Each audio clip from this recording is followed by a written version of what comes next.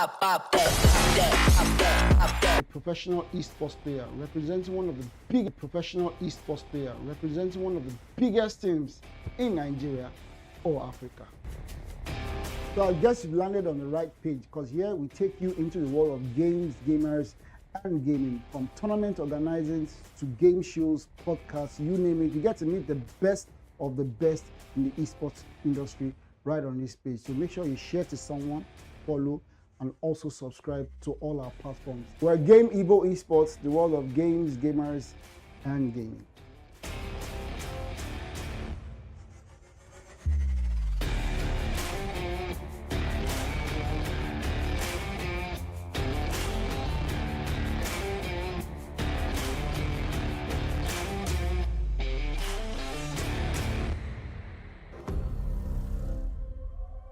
Time to wake up to a new reality. I'm in that old school Chevy with the top back. Butterfly doors, watch them trouble when I stop that. Ain't in my palm, ain't no way I'll ever drop that. Stay cooking on the wall.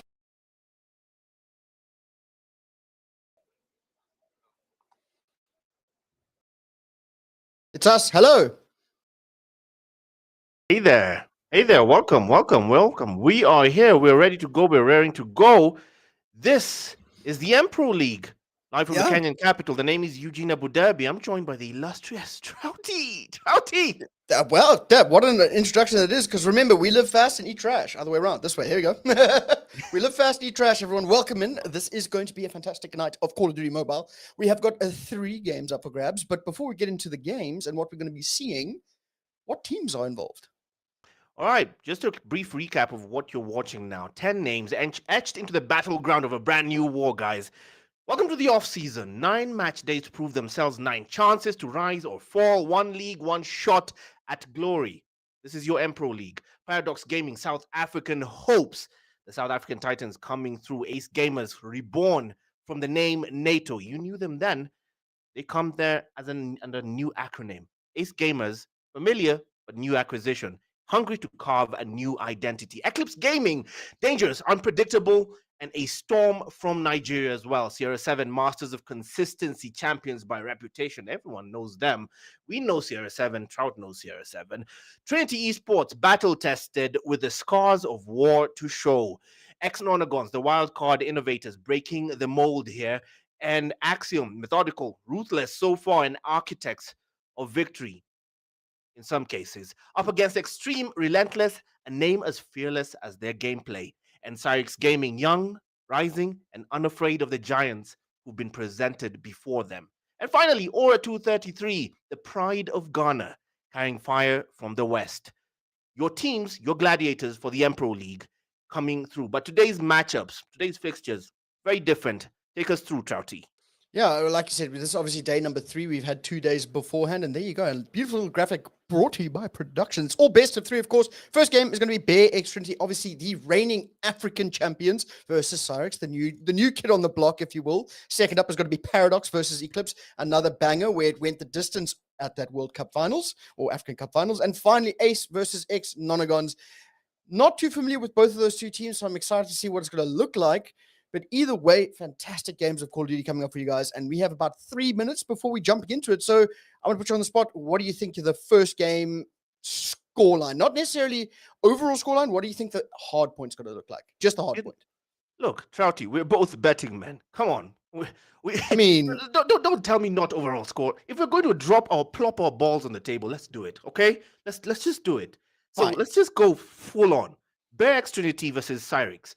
Expectations here is the new kid on the block is literally facing the African giants. It's been barely a month. We haven't breathed the same air as these champions long enough before they go and represent Africa on the world stage. And now the new kid on the block is just trying to challenge Goliath right out the gate. The best of 3s, 3-0 or 2-0 at best is what I'm seeing. Yeah, I must agree with you. I think playing against the current African champions, without a doubt, they won quite definitively as well. Obviously, picking up some better, arguably the best player on the continent, that being Darox. I think that is a very, very a tough like tough ask for them. But maybe, they are the dark horse. They could be the new kids on the block where they could absolutely take over and be the best of the best of the best of the best. But if we're being honest, 2-0 is fair. Paradox versus Eclipse. Paradox is home. Yeah. Paradox is home. Like, this is where they eat. They were cutting it close even with the world champs. And PDX versus Eclipse is a big one. Eclipse had a proper showing on the world stage as well. There were no pushovers. They came in as the wild cards. We saw them a month ago live in action, and they put on a show. This is one I expect a close encounter. We're going to spend a lot of time on this particular game. I expect either a 2-1 push and shove, and I'm not willing to go in the way. I feel like it's very possible for Paradox to have a bad day in the office here. Yeah, but they're not on LAN. They're using their preferred devices. They've got good connection. I don't know, man. Everyone is using their preferred devices right now. Okay, besides the limitation we had in the LAN stage of devices given there and then, everyone is using that, which I assume everyone right now is holding Red Magics, which is what I heard. Most of the people, So, look, I think it's going to be our closest game of the night so far, for sure. But again, I must give the edge to the boys over at Paradox. But maybe that loss at the World Championships really crumbled them, and they are not the team that we used to, which is also an entire possibility. And of course, Eclipse making that run, placing third. I think they've also got a bone to pick with Paradox specifically. Yeah, I totally agree with you. This one might end up being a 2-1 in favor of who? I'm not willing to. I'm not that much of a betting man. I'm not crazy. I mean, I'm a bet. Fair. For the third game, the final game on the live stream. That doesn't mean we're having 4 games today, but one will be off stream. That will be Axiom versus Sierra 7. Ace Gamers versus X Nonagons. Ace Gamers versus X Nonagons will be the last game of the live stream. Your predictions here. Ace Gamers, remember, come in as a reformed NATO Gaming, formerly known as NATO Gaming. They are now Ace Gamers, new acquisition, new bosses, new team. Just a new brand altogether, which is fantastic. Yes. Good stuff for them. But a little bit of insider knowledge, they are currently on top of the league with Paradox in terms of points. So again, a little bit of a top-heavy game. It feels like it's hard to say what top-heavy really looks like, because in theory, if we had to go back 2 months and talk about these games, it would have been literally 2-0, 2-0, 2-0, 2-0.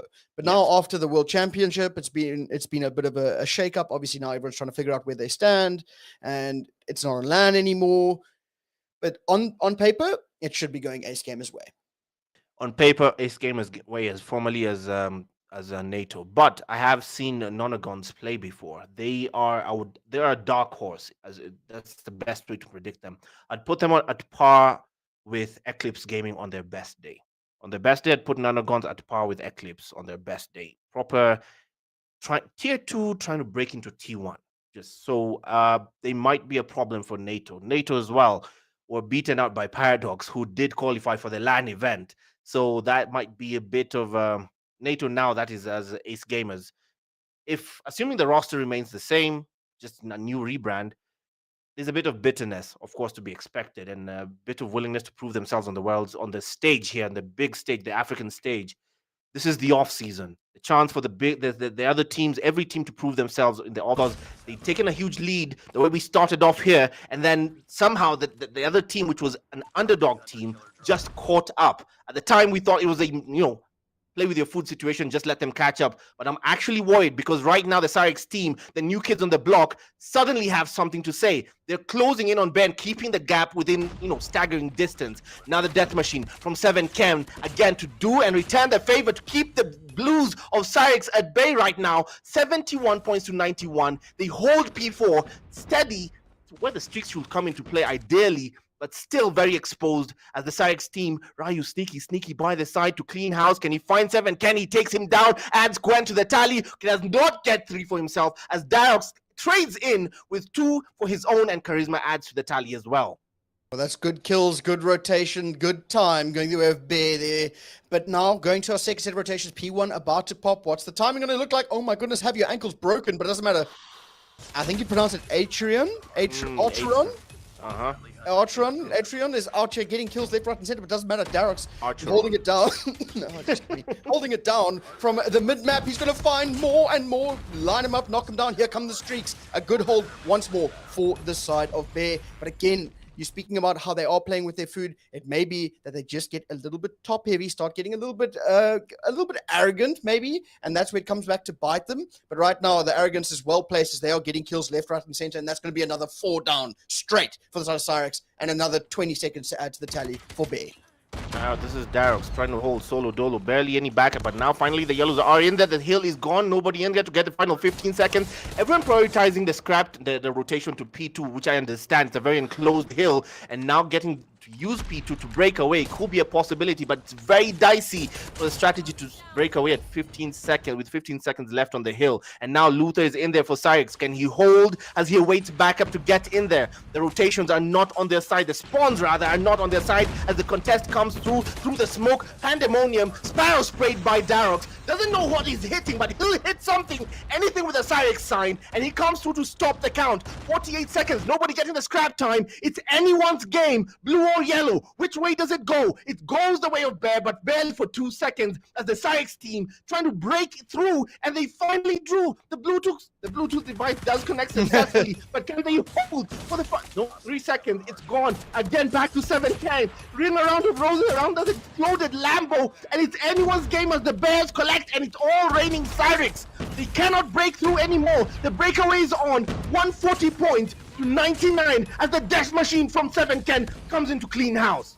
And it's going to be 14 seconds and counting. Rotation now coming through. First to the fray is going to be the side of Cyrex. And like you said, it is once you get a specialist, pop it. That is the name of the game right now. At every given opportunity, we get to see a nice bit of utility being used. But that's the beauty of those close spawns. You can keep that hill very closely contested. And they managed to do that. But unfortunately, they couldn't quite get the break. But this is where they took over in the first set of rotations. And of course, it came off the back of this exact play from Luther, where he got the 3-piece with that equalizer. And he's doing that again, or he's gearing up to it again at the very least. What is the shot's going to look like? Not able to find more than one because it's going to be Charisma answering back with the equalizer of his own. He finds 3. He's looking for a few more. Into the point we go. He finds it. But his teammates are falling around him. And right now, the contest is in, but the kills working out for the side of Cyrex. You know, I'm forgetting we're on commentary because I'm standing to applaud some of the play, the skillful moves here. That move with the equalizer was masterclass here. As we rotate now, we're on P3. P3, anyone's game still, 165 to 108. As finally Cyrex do register in their 100-point club. But can they hold? Can they catch up? They're losing whatever chokehold they had on the gap. They're losing it. Damage no longer manageable as we rotate to P4. Expectations moving forward based on what you've seen, Trouty.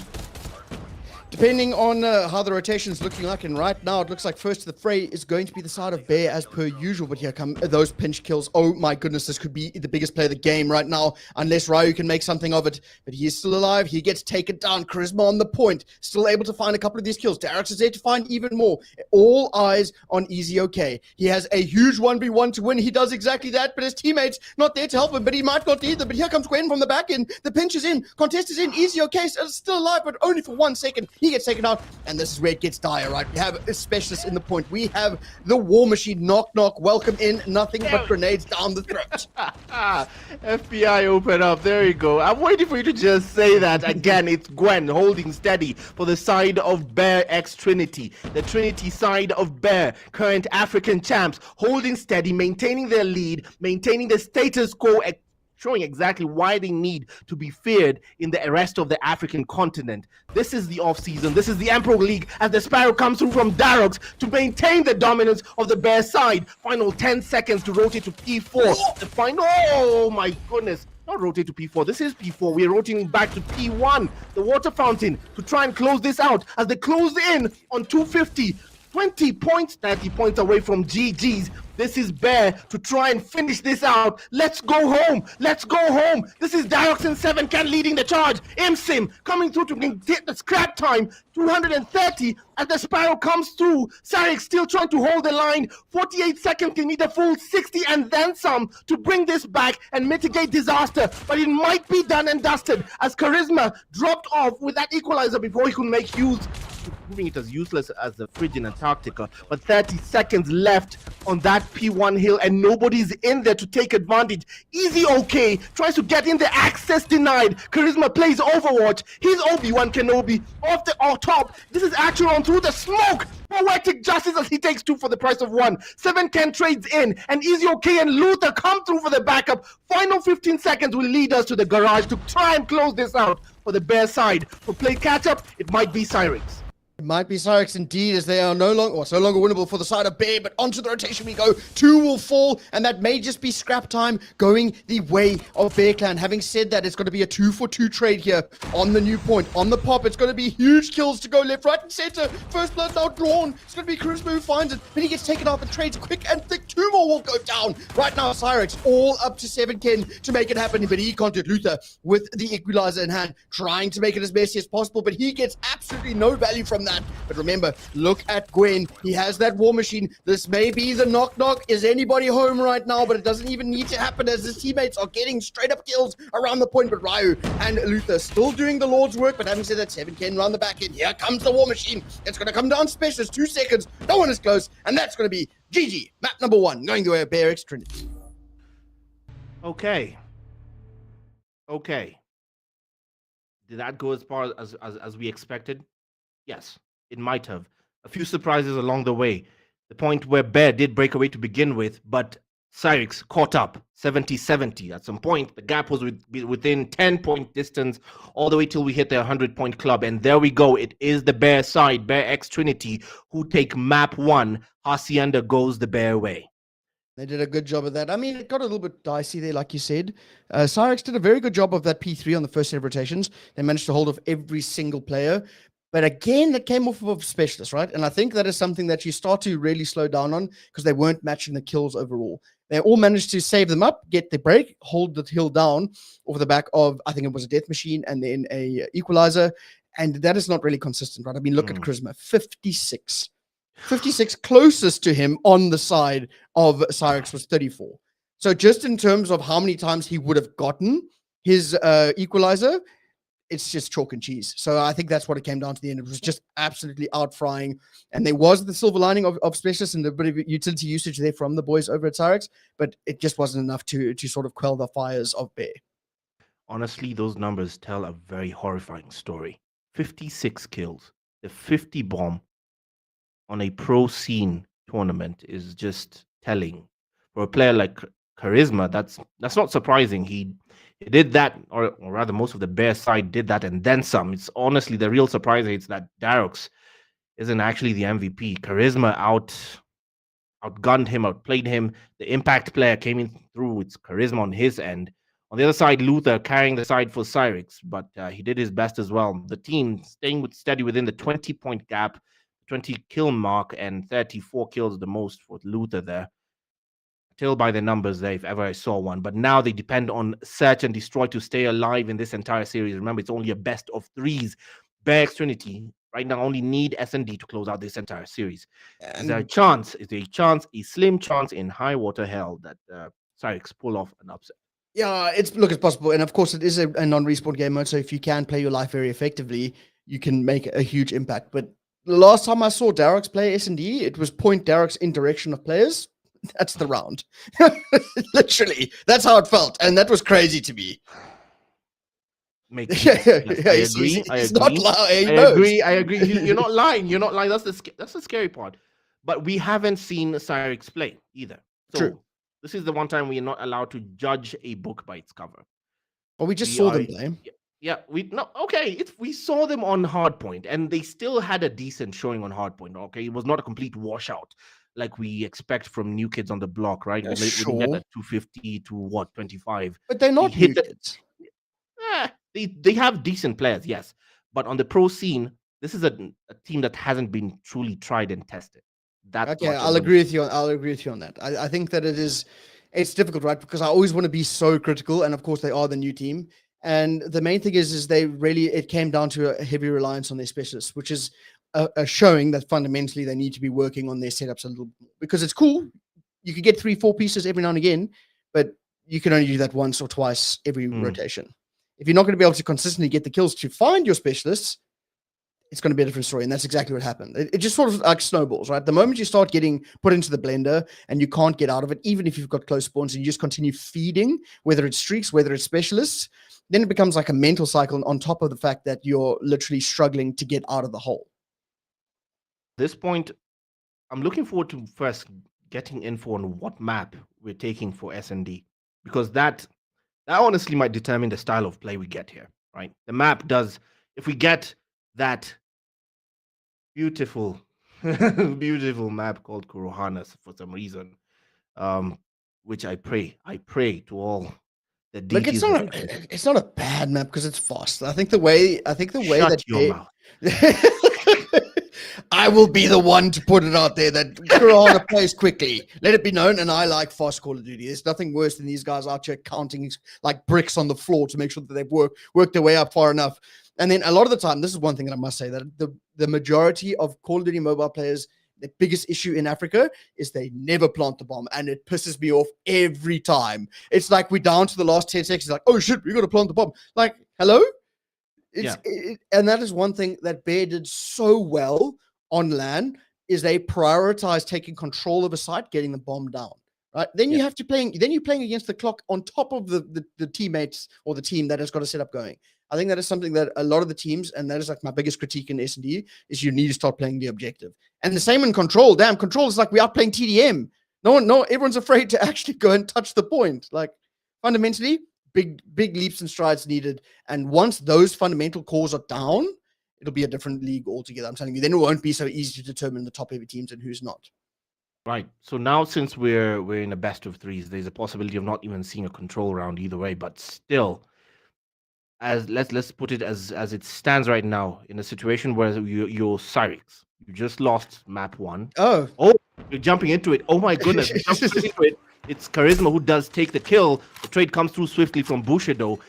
Again, if you're just joining us, it's Bearx Trinity versus Cyrix. This is Search and Destroy. Cyrix just lost their hard point, and Gwen with a free haircut delivered successfully towards okay, Bushido, and adds Archeron to the tally. The Locust meets its target. Point and shoot. Gwen, lethal accuracy. Ruthless. And Luther trades in successfully with 7 Ken, but here's the nightmare words. You're the last one, complete the mission. So does Gwen, though. Now it's a game of hide and seek. Bring in mind, the bomb yet to be planted, eh? Yes. Take it away. Finish us off. Bomb yet to be planted. 1v1. Right now, we're just playing a game of find the opposition. Still, just under a minute to work with. I think that's information now gained. What's the time going to look like? Oh my goodness. We are not going to be shooting heads from Gwen, as it's going to be first round going the way of Cyrix. And it's a bit of a shame that we didn't get to see the start of that, but judging by it, if Gwen didn't find that 2-piece, it would have been advantage to the side of Cyrix either way on attack. So that's pretty good. I think they've done a good job evening it up, getting the first blood, converting the round, even though it came down to a 1v1. Good lord, what a way to start. We caught the movie past the trailers. You know, when you go into the cinema and you always want to see the trailers. And we just caught the headshots midway, straight into it. And 7 Ken takes round 2, taking Rai to start with. First blood takes Bushido to the second. Easy okay with no response. And adds Archeron. What is this man doing? Give him the ace. Just give him the ace. Yeah, at this point, just point him in the direction to get that ace. That is absolutely insane. That is an absolute highlight reel right there. There is no ways you feed him 4. I actually cannot believe that. He's on the low. This man is sniping. You fed him 4 straight kills, walking into them. They definitely won't be going for the B site anymore, and predictably so, they go straight at A. And now taking Overwatch is Daros, who claims Ryu first blood on round 3. I'm sorry, Cyrix took a round. That's correct. First round. They took the first round. Yeah, I'm just catching up because I'm more distracted by all snipes, and that's Gwen who takes Bushido. Gwen doing Gwen things. Retreats for a second, HP low. Imsim comes through for the relief. Archeron and Easy OK fall to make it 2 for the Bear side. In a row. And that was just aggression, right? That's first blood drawn, and then they just absolutely throw everything towards them. Nothing. The confidence in their gameplay is beginning to show, right? I think just from a team morale point of view, after getting 4 in a row for 7ken, I don't know about you, but that is devastating if you're in the shoes of Cyrix. I know that's a tough pill to swallow. Either way, they can still come back from it right now, trying to find a bit of information around A or B. Obviously probing the defense to see if they can find an opening to get that bomb down. But just over a minute to work with here. Everyone just playing very cautiously. And again, this is where it starts to get a little bit tricky if you're on the attacking side, because you don't know where you can attack and you don't know what the setup is going to look like from the side of Bear. And you can see you have every angle covered because you're scared that someone's going to flank you. We throwing pre-nades on the flank is crazy. But now what's this timing going to look like? Oh my goodness, Darox. Literally out here licking walls, finding corners, checking the structural integrity of the cardboard house, it feels like. But again, first blood now drawn, Darox finds it, gets away with his life. And gets the all-important man, the man who was bearing the responsibility with the bomb. That's Bushido, who falls to Darox. And now claiming, honestly, that's not just a bomb and a life claim, that's the confidence claimed. What 7ken just did might have mentally messed them up as Darox claims Archeron. Quick succession. 2 for the price of 1. It's a fire sale raining Cyrix as Imsim adds Luther to the tally. 5v2. Ryu falls to a shotgun from Charisma. And now the final domino will be easy okay, claimed by Darox. Man, I think the side of Bay does such a good job of slowly picking the team apart. That singular play from Darox where he gets the kill and then immediately gets out, doesn't look for the second. That is just veteranship incarnate, right? You don't want to be the guy that goes for his 3s and not his 2s, but he doesn't even need to. He just gets information at the very least and he gets away. And right now, still on attack is going to be the side of Cyrix, and they actually find first blood. Darox now sent to an early grave, and you can see the aggression now being met with more aggression, but you got to be able to play your life effectively. And they've done exactly that. That may be control of the site, and they may be able to get the bomb down. Violence begetting violence here as Ryu and Bushido claim Imsim and 7ken in quick succession. Charisma falls as Ryu takes 2 for himself. A nice trophy there. And Gwen, you're the last one. Complete the mission. It's not impossible for him. We've seen that before, but it was 7ken who did that on his own. But can Gwen replicate that performance to come in clutch for his team? This is a 7-round game. Bear have 3. Gwen, solo hunting against 5 men, but it won't be a clutch today as Easy OK claims it all too easily. No pun there, no smart pun there. No pun intended. Oh, I love Windows. Anyway, that was a fantastic round there from the side of Cyrix. They actually played with a bit of aggression and it paid off for them. That's exactly what you want to see, right? The side of Bear, they take space, they make sure that they have map control, and you can see it has worked every single round, but it's going to be Ryu who finds Darox again. So if it ain't broke, don't fix it. Straight to the grindstone we go, but this is where 7ken was terrifying, but he gets well read again. So at the moment, looking pretty good unless Charisma finds 2. He does exactly that, and it's going to be 3 that will fall instantly. All of a sudden, it's easy okay, and Ryu left, or make it just Ryu left in a 1 versus 2. Not impossible, but if it ain't broke, don't fix it. Maybe it needs a little bit of a tweak. Aggression into the sniper we go. 4 rounds for the side of Bear. Yeah, Ryan ran straight into that. And now we jump again. Has the roles traded? Yes, the role has traded. It now falls to Bear to put down the bomb. Will they go for the objective? You gave them so much credit for doing just that. Let's see if they'll go for that. Since they picked up the so bomb. Easy for them. Yeah. They picked up the bomb. Good start. I've seen teams run to the mid-map with leaving the bomb in the spawn, so good stuff. Either way, look at the aggression. Look at the aggression right now from the side of Cyrix. That's exactly what you want to see. Fear no evil, find the kills. And that is a very off angle. I would not check that if I was on one of these teams. So right now, it's going to be Archeron finding that first blood. It's going to be Darox sent. Darox is first to the fray, but he has lost the majority of his 1s, which is a little bit unusual. But either way, working out well for the side of Cyrix. Still, I guess this not being a respawn game, not falling the way of Darox as of yet. We'll get back to that later. But Gwen falls to Luther. Quick succession. The trades come through. Charisma claims Luther.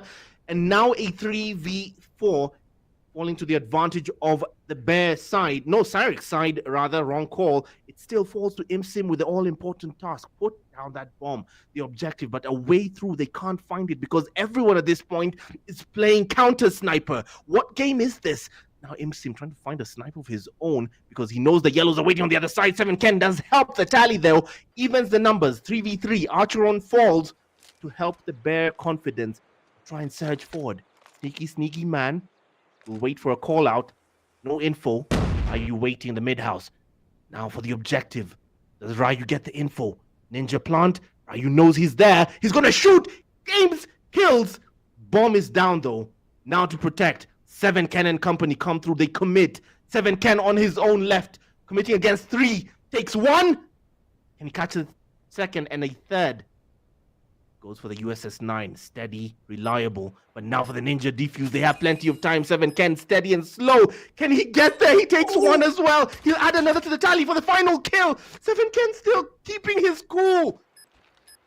Easy. Okay. No longer at ease. As now biding time with the clock. Okay. The 1v1.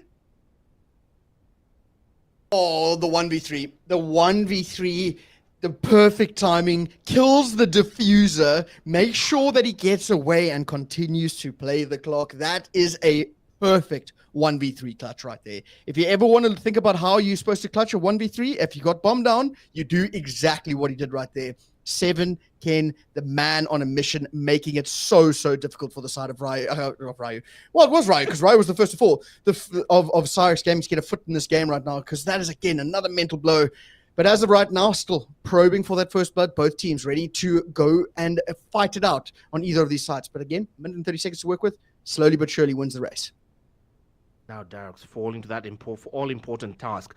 Putting down the bomb. Bear have a nice cushion. 5 rounds to 2 in their favor. Will they go for the objective? Trout predicted that the Bear side always meets the objective, which they did. 7Ken committed. He committed to the 3v1. And now Darroch leads the charge. Claims Bushido. Now a 5v4 as we begin. And now, oh, there he is. You were right. You were complete. We'll call you Nostradamus. And Gwen finds a kill. Did you see the utility usage? I love it when they use smokes to cut off lanes to get the bomb down. It is such good Call of Duty. But Ryu with 2 is able to even it up at 2 versus 3. But the bomb has been planted. 25 seconds and counting. You can feel the screws starting to tighten around the side. And it's going to be Ryu who actually finds another. But it's again a 1v2. Luther left in a tough spot. He's going to be taken for a shave. And that is going to be 6 rounds to the side of Bear. And again, I love when teams play the objective correctly. They smoke off the bomb, get it down, and then hold. Oh my goodness. I hope everyone in chat is taking notes.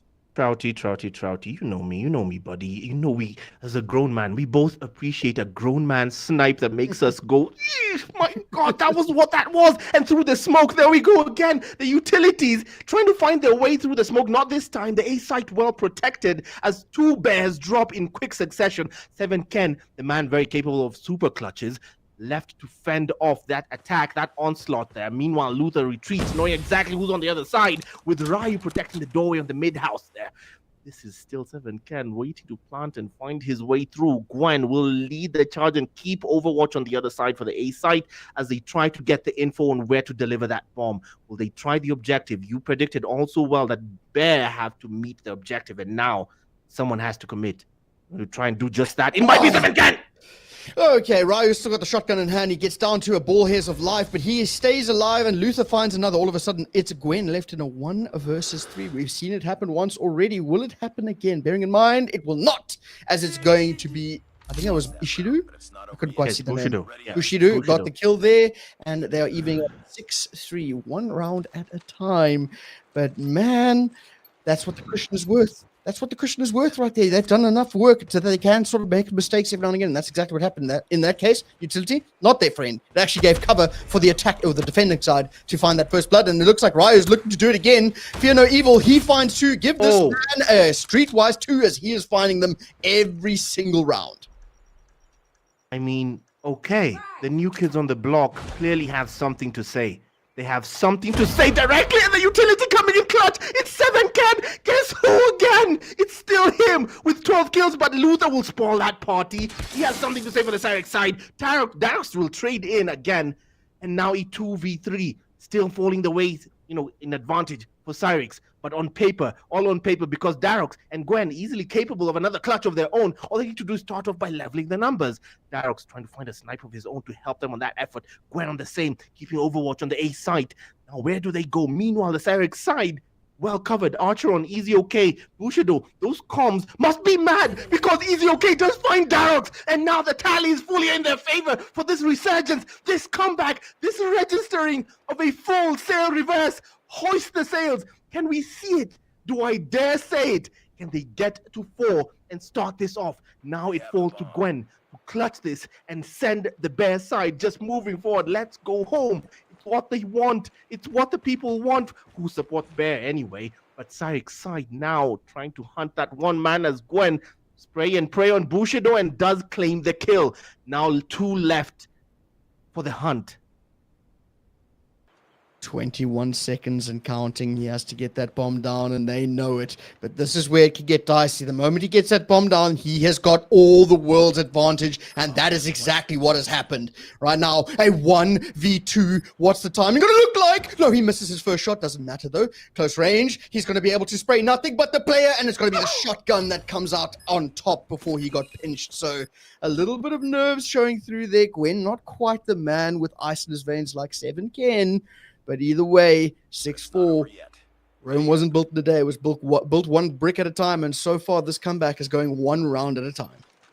They just have to be just as lethal now. The responsibility for putting down the bomb proving to be clearly much harder for either side.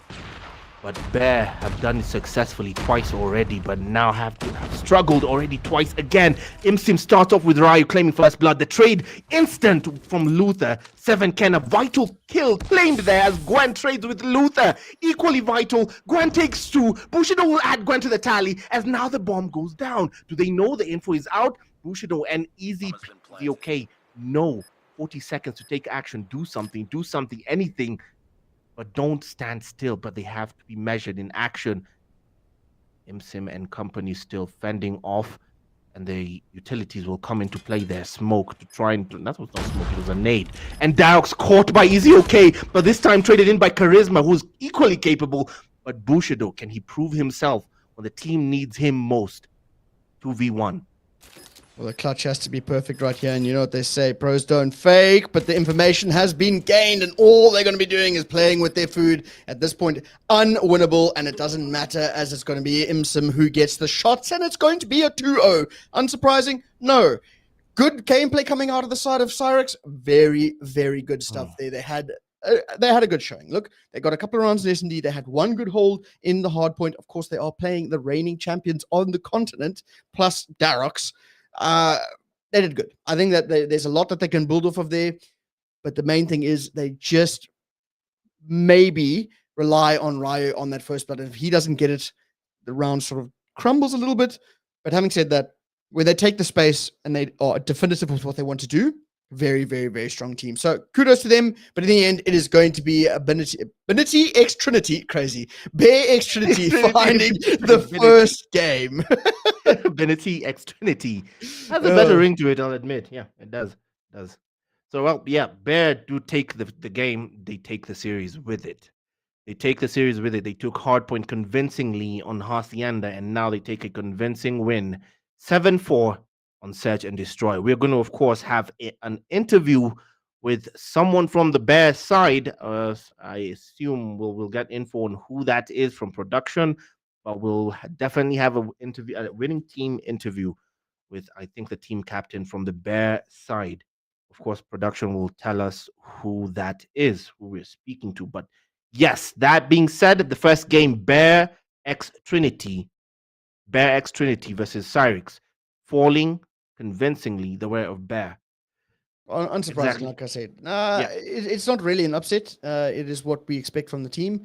But I think we could talk a little bit more about how Cyrix, specifically Ryu, had a very good series. He had him and Luther played very well in the HP, and then obviously Ryu taking over in the S&D because his impact of that first blood SMG player, very, very strong. As my chair is trying to test my patience as the thing just slipped. And when your chair slips and you feel your whole life flash before your eyes, it just happened to me. But yeah, I don't know. I think Cyrix, a lot of building blocks.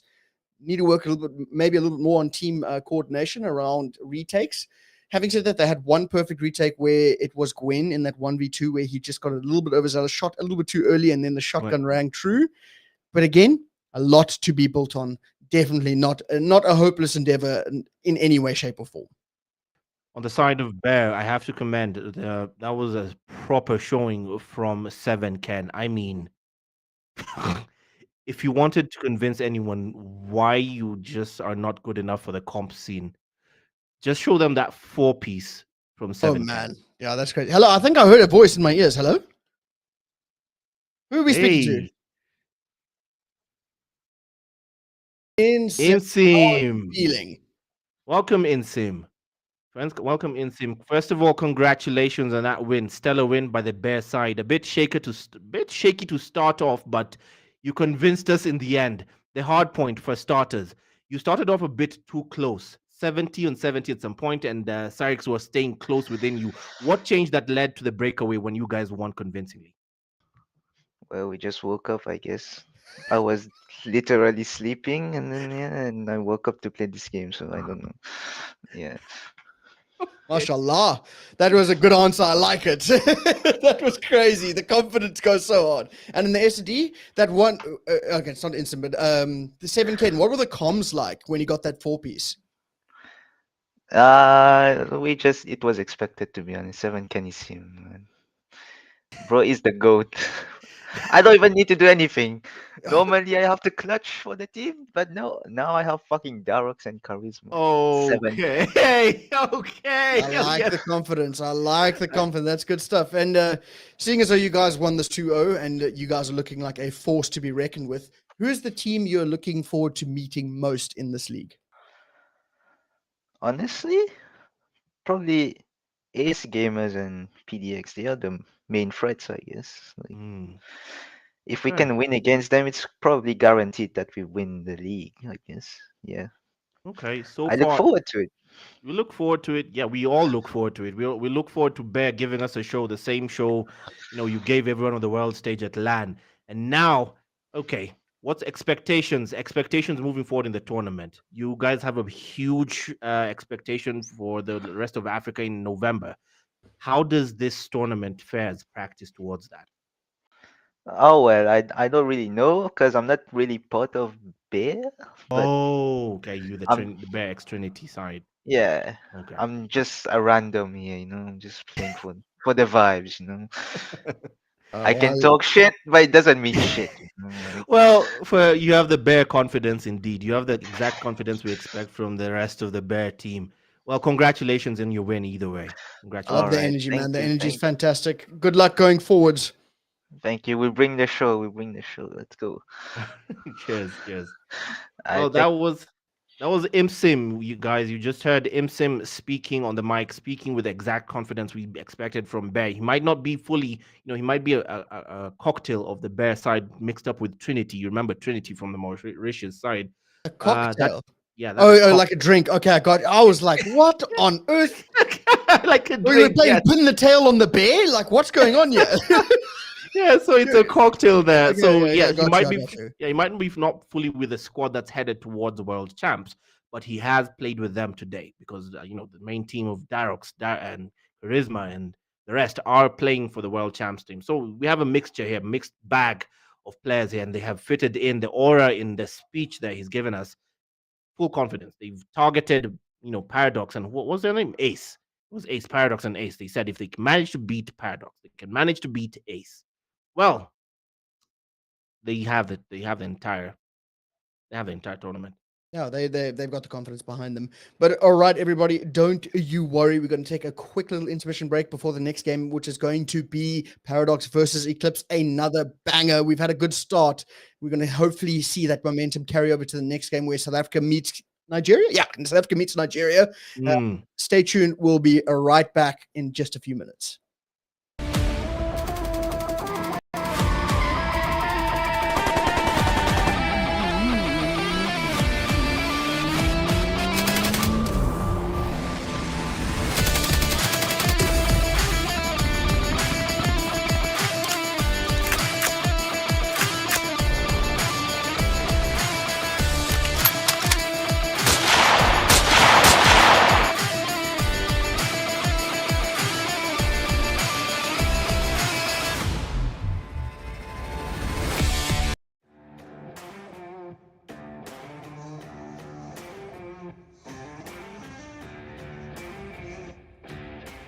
Do you love playing video games?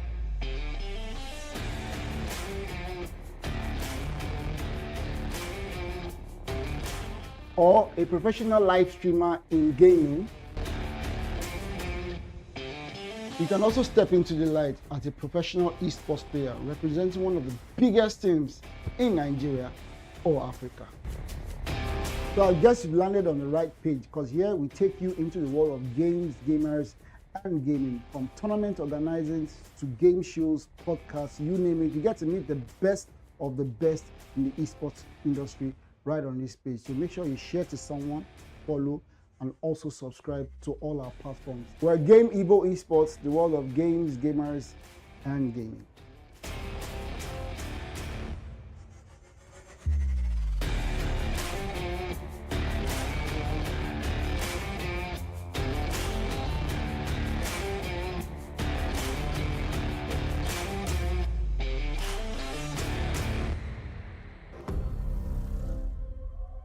Time to wake up to a new reality. I'm in that old school Chevy with the top back. Butterfly doors, watch them swallow when I stop that. Lean in my palm, ain't no way I'll ever drop that. Stains dripping on the road. Pop that, pop that, pop that, pop that, pop that, pop that, pop that, pop, pop that, pop that, pop that, pop that, pop that, pop that, dripping on the road. Pop that, pop that, pop that, pop that, pop that, pop that, pop, pop, pop that, pop that.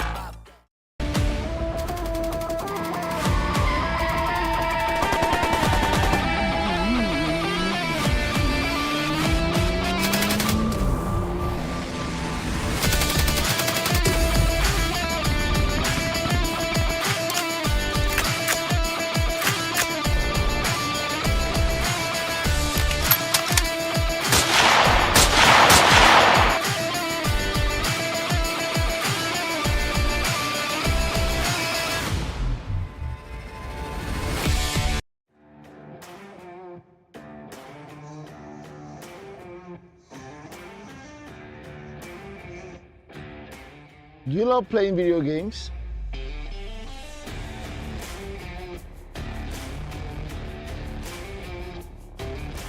Or a professional live streamer in gaming? You can also step into the light as a professional esports player representing one of the biggest teams in Nigeria or Africa.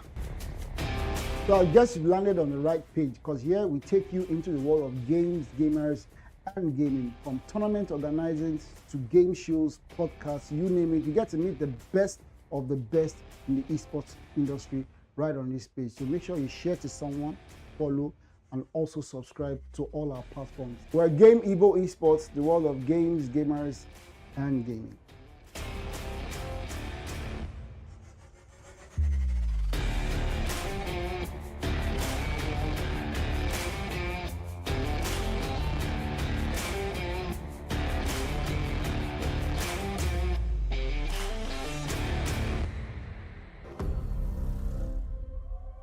Time to wake up to a new reality.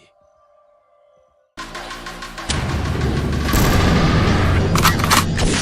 in that old school Chevy with the top back. Butterfly doors, watch them swallow when I stop that. Lean in my palm, ain't no way I'll ever drop that. Stains dripping on the road. Pop that, pop that, pop that, pop that, pop that, pop that, pop that, pop, pop that, pop that, pop that, pop that, pop that, pop that, dripping on the road. Pop that, pop that, pop that, pop that, pop that, pop that, pop, pop that, pop that.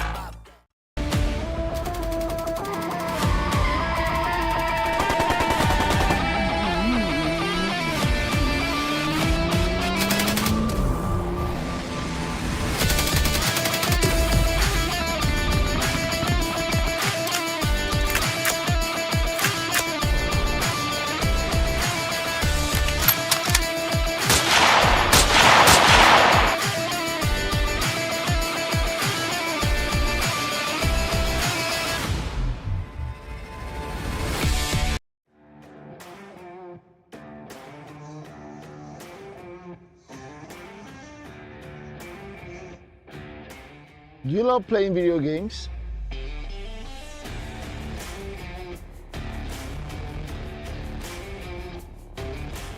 or a professional live streamer in gaming, you can also step into the light as a professional esports player representing one of the biggest teams in Nigeria or Africa. So I guess you've landed on the right page, because here we take you into the world of games, gamers, and gaming. From tournament organizing to game shows, podcasts, you name it. You get to meet the best of the best in the esports industry right on this page. So make sure you share to someone, follow.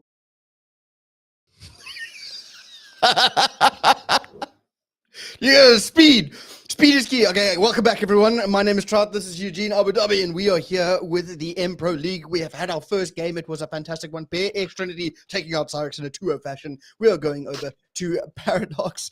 Paradox versus Eclipse coming up next. And let it be known that Abu Dhabi is currently eating a very spicy shawarma, and it's going to be burning both ends. And right now, he is struggling. Look at me. Please. Hot on entry, hot on exit. That's the way you go. Violent as any Call of Duty lobby. So we're on theme. We're sticking on theme. Makes sense. Yes, makes sense. So we're headed. Peace was never an option. Yeah, it was never an option. So we're going straight into this: the battle of the South versus the West. Paradox versus Eclipse. Man, I predicted this. This is the game that's going to keep us here. I think so. I think it's going to be a good game. It's either going to be, it's going to be telling in the first 2 hard points what the game's going to be like. I think it's either going to be close all the way through to a game 3, or it's going to be dominant. There is no in between for these guys. It's either one team takes over or the other doesn't. You know what I mean? Yes. I hold on. These two teams never got to meet each other at LAN, did they? Yeah, they did. Paradox took them out. Oof. Okay. Was it close? I don't remember. I think it was a 3-1 if I'm not mistaken. Okay. So based on that history, they took a map. They took a map from Paradox, of all people. But that was a pissed off Paradox, if I remember. That was a very pissed off Paradox who'd just been stunned by Bear.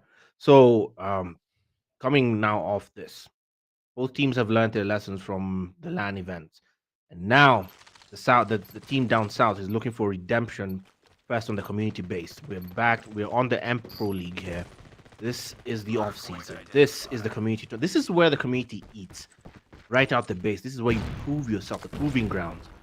And now both teams have to really prove themselves as we head into a new season next year to close out this season of competitive Codm. And yeah, my prediction is going to be a 2-1. Now I have trouble predicting who takes that 2-1 because Eclipse are very, very capable. Very capable. 100%. Not if Logan is going to find a free 3-piece on the hill like that. Either way, it's still contested, and into the point we go. P1 currently under lock and key by Paradox. But having said that, the shots are looking pretty saucy right now from the boys over at Eclipse. But every single turn, it feels like a 2-piece is going the way of Paradox here. As they have found the first 30 seconds uncontested. They are pre-firing spawns. We have streaks already. Okay, a good start here for the side of Paradox. Wow.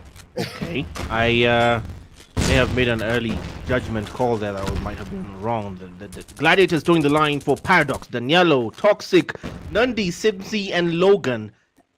Currently holding steady because not a toe, not even a pinky on P1. That is insane, Trout. That is an insane stat. And they just got spawns. Oh my goodness, they have spawns. Eclipse are now completely frustrated. We're bordering on the 50-point mark. We're there, and Paradox just cleaning house. It's Logan on the back alley, just holding steady. Meanwhile, 2 PDX players are in there just completely frustrating on the outskirts as well. And spawns have been completely flipped. I could go get married before Eclipse get into the hill on P2 right now. Oh, having said that, there's their first second. There you go. I hope you've got your wedding ring lined up and the Revenant is ready. Having said that, Toxic finds 2. And Ninja trying to find their way through the front. But of course, more streaks being called in by Logan as he has been the human tyrant, making it so tough. But Ninja looking for the 3-piece of his own. Is he going to be able to find it? He does indeed, but the spawn still in favor here. All the side of Paradox, 15 seconds and counting. We have to go to the runners here for the rotation, but Dad finding 2 with the help of Avatar there. So things looking all right now. Man, the caster's curse is terrible as the kills actually work out in favor of Eclipse in the end. But now we go over towards P3, excuse me. And we know that this is the thorn in the side of Paradox. They simply cannot make it work on this hill, but maybe things have changed. Maybe things have changed, but so far the story is still the same as the Eclipse players now getting there first. first in the race, and now to frustrate. This is Avatar. Does not manage to keep the Wolves at bay. He gets dropped by Nundy. Dad comes in with a little quick trade-ins. As the score, the contest comes through on that hill. The War Machine will come into play from the middle to try to clean house. Coco is still in there, but he finally cleans it out, and Dad, fresh off the respawn, will stop that advance. Nundy comes in with support with Logan and Toxic in quick throw for the final 30 seconds. But I just need to point something out to you real quick. Logan is on 21 kills. We've taken the lead. Be advised. 21 kills. He is the reaper of the map. That is actually unbelievable. They've got 60 points between the two teams now, bearing in mind that close spawns in favor of Eclipse Gaming here, and they have a couple of specialists in their back pocket, but simply now getting early with the help of Logan. He's going to keep them at bay for now, but simply finding two pieces as he does. Eventually, they get to slow things down, but Logan finds another double with the Tempest in hand. It is just so hard to tell which way it's going to go, but having said that, it looks like the first contest blocked in the doorway. But yeah, equalizer maybe here to not only equalize the score, equalize the kills. He finds it. He knows there's more, but he can't quite check his points. Captain tries to be sad, but it doesn't matter. Logan's there to pick up the pieces. So far, Paradox have a proper chokehold on this hardpoint game, as now the Sparrow will come into play expectedly. So again, that operator's skill heavily buffed this season, as it's traded in as well as Sparrow from Toxic to return the favor, return to sender. I think you dropped this, buddy. That's Toxic now cleaning house and keeping them comfortable on the final hill for the final 20 seconds as Pain really at pains now to try and find his way in there, and Logan literally makes him feel exactly what his name means. Now, not a single Eclipse player in sight as we rotate back to the hill that started it off. Here it is, by the statue, that very exposed hill, open to every score streaks. If it's any, drop them now. They might come through. The War Machine being thrown, I can't tell from who. Coco catches Danielle on that nade, and Dad on that War Machine. It's Dad who's having it for the side of Eclipse, who now finally have a foothold on P1, but can they hold, being the real question. Well, they've done a good job so far. They're getting the kills. 3 more will fall now for the side of Paradox, and this is the side of Eclipse beginning to stabilize here. They're getting even more kills. It's going to be Dad on a 5. That's going to be streaks to his name. He is doing a fantastic job here to keep it as mixy as possible. Having said that, 3 will fall pretty much instantly as Nundy still alive. But for how long is the question? He gets the turn and burn. He finds another one. Oh my goodness, he finds the double, but it's going to be the streaks from Avatar that make it as difficult as possible. But Dad is there to help him out as well. But the trades thick and fast around the point. No one really taking control. Scrap time now, potentially going the way of Eclipse, but look at those spawns. Remember, we're going over towards P2. This is where it becomes important. That 1v1 in the back, 4 versus 5. Who's going to take it at the moment? It looks like the spawns won by Logan, and that's going to be flipped on out. P2 in the hands of Paradox, with scrap time still being contested. If you're a fan of the Fast and Furious franchise, you know the good old move of pulling the nitrous. Now, this is the hill that determines that. The team that manages to get here first, Avatar gets there first, can pull off the nitrous. It's Logan who cleans him out, who takes Avatar on the Tempest there, and now Coco left to fend for the team and find a way through as Daniela with a War Machine. FBI won't even let them through. It's now 40 seconds left, and they're closing in on the 200-point mark. And now there's the nitrous switch. There's the nitrous switch I was waiting for. That's Toxic on the outskirts. The back alley equally covered. I see Logan far off on the other end. If you look at the minimap, the back alley equally covered to frustrate ECL on the respawn. And now Ninja found his way through with a Sparrow to break through. And he has a moment to breathe for the Eclipse side. But can they play catch up? They need 2 full 60s. Completely catch up to the 100-point mark, and now finally 20 seconds. They have a good foothold. Not spotted so far. Pain with a death machine to come into play and clean out, but he has a bit of support. Also, he fell. Final 10 seconds as we head to P3, the hill that completely pains EDX. Well, they have won the rotation now, and this is where, if they're there first, they tend to find the majority of time. Having said that, there are a couple of streaks and specialists in the back pocket here for the side of Paradox and good old Eclipse. So what will the break be looking like? But right now, Simsy finding 2 on the front. Logan finding another. Simsy finding 3. Logan finding the 4th. That's going to be all of the players cut down. And back to the respawn they go. Time still ticking over. This may be the 200-point mark. And that is where the specialist becomes so devastating. That's what I was talking about Simsy with the 3B. And it's going to be none other than Eclipse on the back foot. Look at the shots, look at the gameplay, look at the setup. Looking great now on the side of Paradox. Friendly surely. That was an insane run on the death machine there. Let's call that man Caesar because he's surely a tax collector. Collecting all of ECL at that point, keeping it steady for the side of Paradox, holding steady for the final 10 seconds as we rotate to P4, which might be the closure hill. Poetic Justice, the final hill, the final standoff, the final, literally, gunfight on P4 to close this out, that very enclosed hill. Good for any more streaks to unleash there. Dad will get there. Toxic drops him. The rotation friendlier towards Paradox, who now have friendly, hold on the outskirts as well, as Avatar and Dad will come and force their way through. Logan will stop them in their tracks. Toxic adds to the tally on the VMP. That SMG, right? That SMG holding steady as Avatar far from him objective. Logan on the Tempest still. Ninja on the Sparrow trying to come through and spoil the party, but cannot break through. Pain for the moment will stop the count. For the final 30 seconds, a Pred will claim 2 for the price of 1. That's all she wrote, as it's all South Africa who claim slums on Hardpoint. Or Hardpoint on slums. What am I saying, man? Yeah, I mean, that was tough for the side of Eclipse. It looked good. Again, it sounds like a broken record. The hills that they broke came off of the back of Specialists. I don't want to be that guy, but 1-for-1 Gunny, it may be a connection thing. I'm not entirely sure. Definitely went the way of Paradox there, and they just rolled over. And if they got to the hill first, they found the first 30-40 seconds uncontested. They just kept them at bay, kept the spawns, and proceeded to frustrate the side of Eclipse. Then a Specialist pop, they get on through. I mean, look at that, 44, 37, 21, 14. Yep. I mean, Daniela didn't even need to do anything. He's got 2 minutes in time. It's like, yeah, you stay in the hill kitten, all good. We'll go have fun. And that's exactly what happened. I mean, Logan 44, he was on 21 kills by P3. Yep. That is in the first rotation. Yeah, that was that was insane. That was very insane. I see someone else on a different stream saying close game. I don't know what game you were watching, but that score tells a different tale.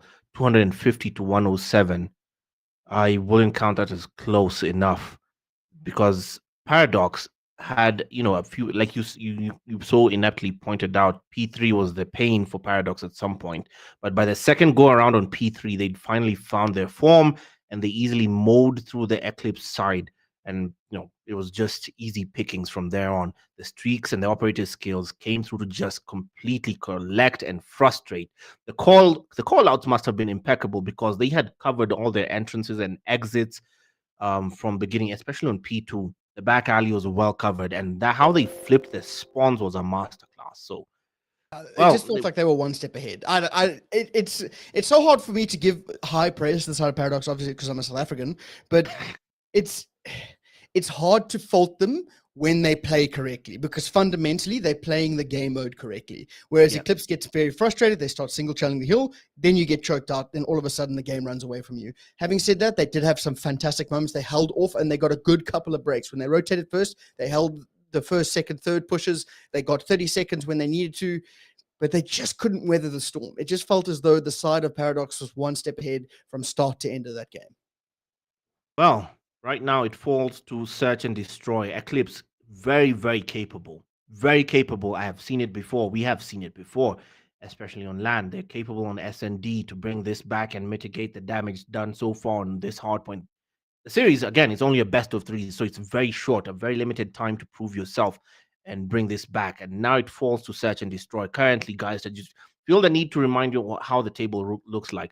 Remind me, Trout, if I'm not wrong, at the top of the table right now, it stands Ace and Paradox. Ace and Paradox tied up at the top of the table as Bear Trinity come in third. Bear, of course, have taken a full clean sweep win here, so that might affect where they stand there, depending on the outcomes of these games today. But judging from what we're seeing with Paradox, that might not change. They're doing well. Yeah. And we're going over to Coastal. That's going to be our next map. We do have that confirmed. So we know what they like, especially around that B bomb when it comes to getting that bomb down. If you've got Simpy with that sniper, or not the sniper, the shotgun, oh man, that is a very, very, very hard counter. But Eclipse, they have done it and they can do it again. They did win multiple S&Ds on this very map on LAN. And of course, now they are at home being very comfortable, but in the same breath, so is Paradox. It's like, it's the lesser of two evils, right? Do you want to meet Paradox on LAN or do you want to meet them at home? It's so tough. Yeah, it's a problem either way. So Yeah, looking at the build of Coastal as a map, A site very friendly towards the shorties, which is why you'd see Simpsy there. A site is very close and counter claustrophobic of a point to put down the bomb. The B site though, that's unless I'm getting my points confused.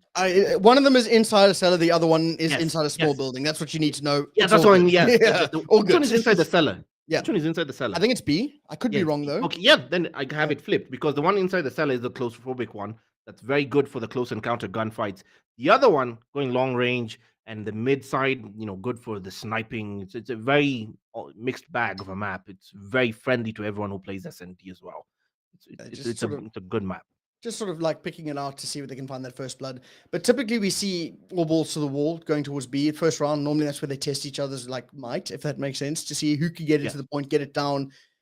And again, Paradox, not the greatest at planting the bomb because they tend to they lean heavily towards the kill side of things in S&D. But maybe they took my advice to hand, Or to And heart, what was rather, your not to hand. advice? Plant the bomb. Plant the bomb. Okay. I guess that's your advice to everyone. Yes, because it's good advice. It works, It does work. It does work. It works on any Call of Duty. That's Just correct. put down the damn bomb. Just meet the objective. Don't rely too much on the gunfights. It's a risky gamble on search and destroy. One that doesn't pay off. If Kyle was here to tell us what he'd do, it'd probably be the wrong thing. So, it Kyle, would be anything but. Unlucky. Hey. Yeah, all the memes that Carl posts about him being lost alive in S&D, that's a lie. I'm telling you, he dies first. Bro's the first one to look for that gunfight, I believe. That being said, the prediction here was a 2-1. I wasn't willing to go in favor of who because it could be anyone's game. Eclipse have it in them to bring this back on S&D. So what they need a perfect run here. They need a very clinical run. And knowing who Paradox are, knowing the caliber of player who's in Paradox, they're the only team that was capable of even coming close to going toe to toe with the actual Bear team that won the LAN event. No, Paradox were the favorites going in. They were supposed to be the ones to clean house, but they were. They really struggled. So yes, it's a testament to, I suppose, the different setups, everything that goes along with it. It's playing on LAN is different. And that's why I say they are such a terrifying team at home because they are comfortable on their main devices. They know exactly what they want to do, and it's translating in their gameplay. 21 kills by P3, free 3-piece for Simsi, and then 3-piece for Logan back to back. I mean, line him up and knock him down. That's what it feels like. Yes. So right now we might be going straight into the game at some point, but we're waiting for that. If you're just joining the live stream, we're going straight into Paradox Gaming versus Eclipse Gaming, a true battle of the South versus the West. South versus the West. Kyle being dragged on stream. Kyle drags. That's correct. Both of us on stream. Welcome. Where's he at? Relentlessly. Relentlessly. Over here. Yeah, Carl cannot get one prediction right. If you ask Carl what he'd predict for this, he'd say one team will win 5-0. It's a best of 3, so it's Carl. Yeah, Carl hit you with I actually don't want to. I don't want to add my prediction, so I'm not going to say anything. You're joining him in the politicians club. You're joining Carl in the politicians club. There we go. Are we working? Is it working? Yeah, we might be. Yeah. Oh, we're in it. We're in it. We're not yet there. We're not yet there. All right, we might be starting the game again, but we're going straight at. If you're just joining us, this is going to be Search and Destroy on Coastal. The map is Coastal. The map is in fact Coastal, and we will be seeing first blood in the cellar. I want to see if they're going to be tainting the red wine barrels with some red blood. And I don't know. Archer, it's going to be tough.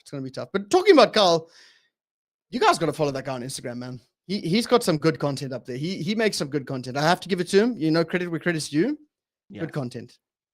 Yeah, and unfortunately, the man is also co-streaming on Watch Party right now, so he can see us. Oh, is he actually? Yeah. That's brilliant. I love it. He is. I love it. Yeah, he is. So I know he can hear every single thing we're saying.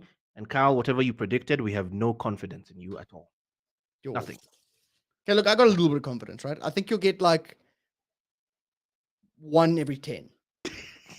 That's still good. Yeah.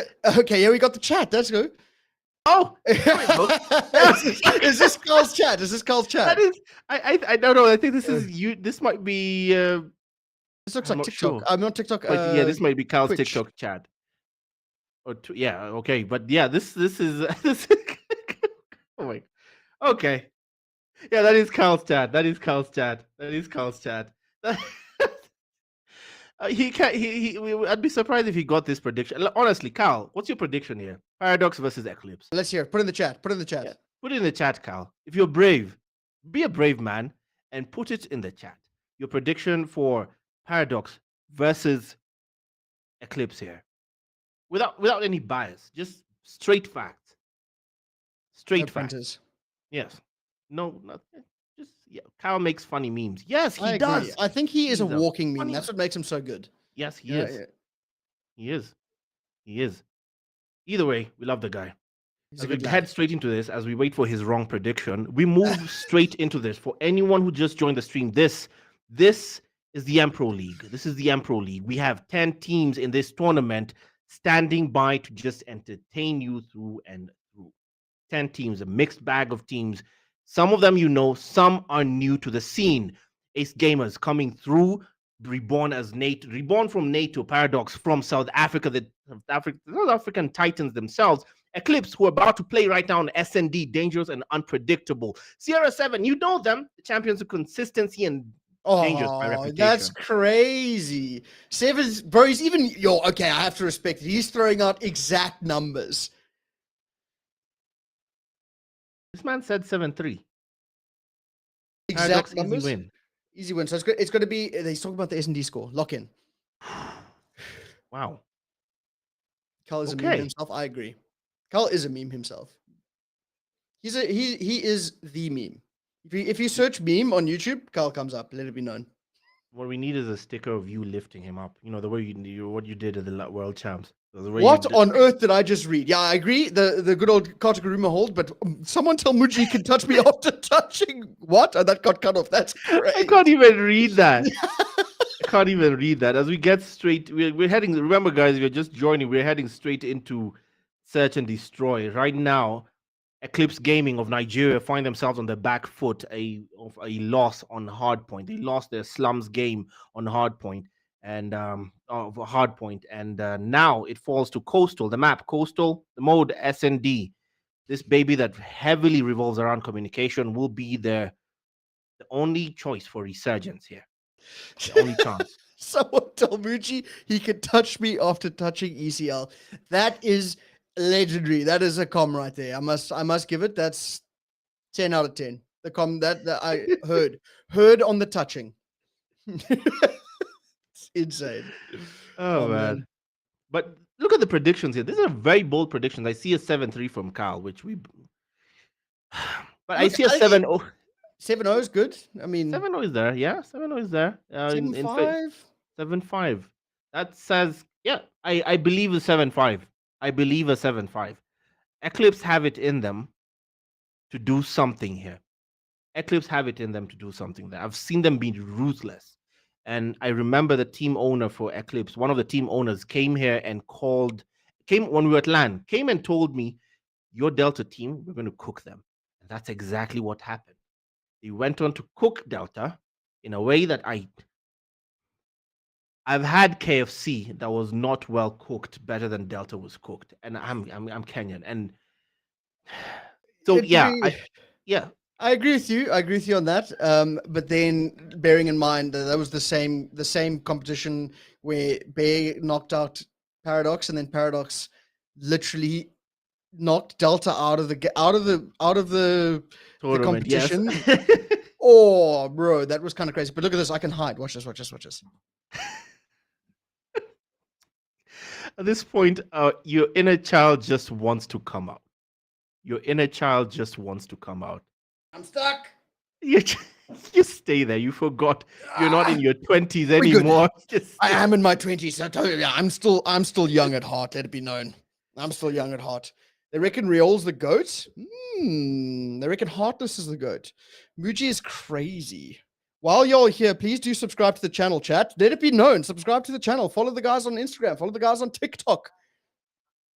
All right, and we're getting straight into the games because we're getting in for the game has started. So we should be switching right into that that we're going straight into the SND game. If you're just joining us, this is Eclipse Gaming versus Paradox Gaming, the true battle of the South versus the West. South Africa takes on Nigeria in this entity of Paradox versus Eclipse Gaming. Of course, Eclipse, the Nigerian side, just lost, and convincingly so, the hardpoint game on Slums. We're heading straight into Coastal as soon as we're switching that perspective for the live stream as well.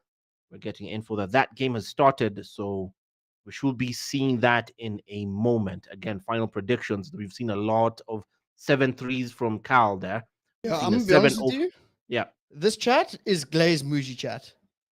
That's kind of crazy. they like Muji. They do like the Muji. Muji, the man built like Lex Luthor. I don't understand. The man is built like Lex Luthor. The haircut, from the haircut to his demeanor, for the way he speaks. I mean, but he's yeah. He's oh, not even someone said- playing. yeah, He's not even playing. but That's crazy. He's out here reaping souls from a distance. Insane. And shine the light, Flaming. shine bright like a diamond, bro. You could project the bat symbol from his head. Is that what you're saying? Muji is collecting streaks off this chat alone because they just keep. Okay, but we're going straight into this. If we can get that info, we got info out that this game has started, so we should be switching to that shortly for anyone who's just joining us and wondering who these talking heads are. Well,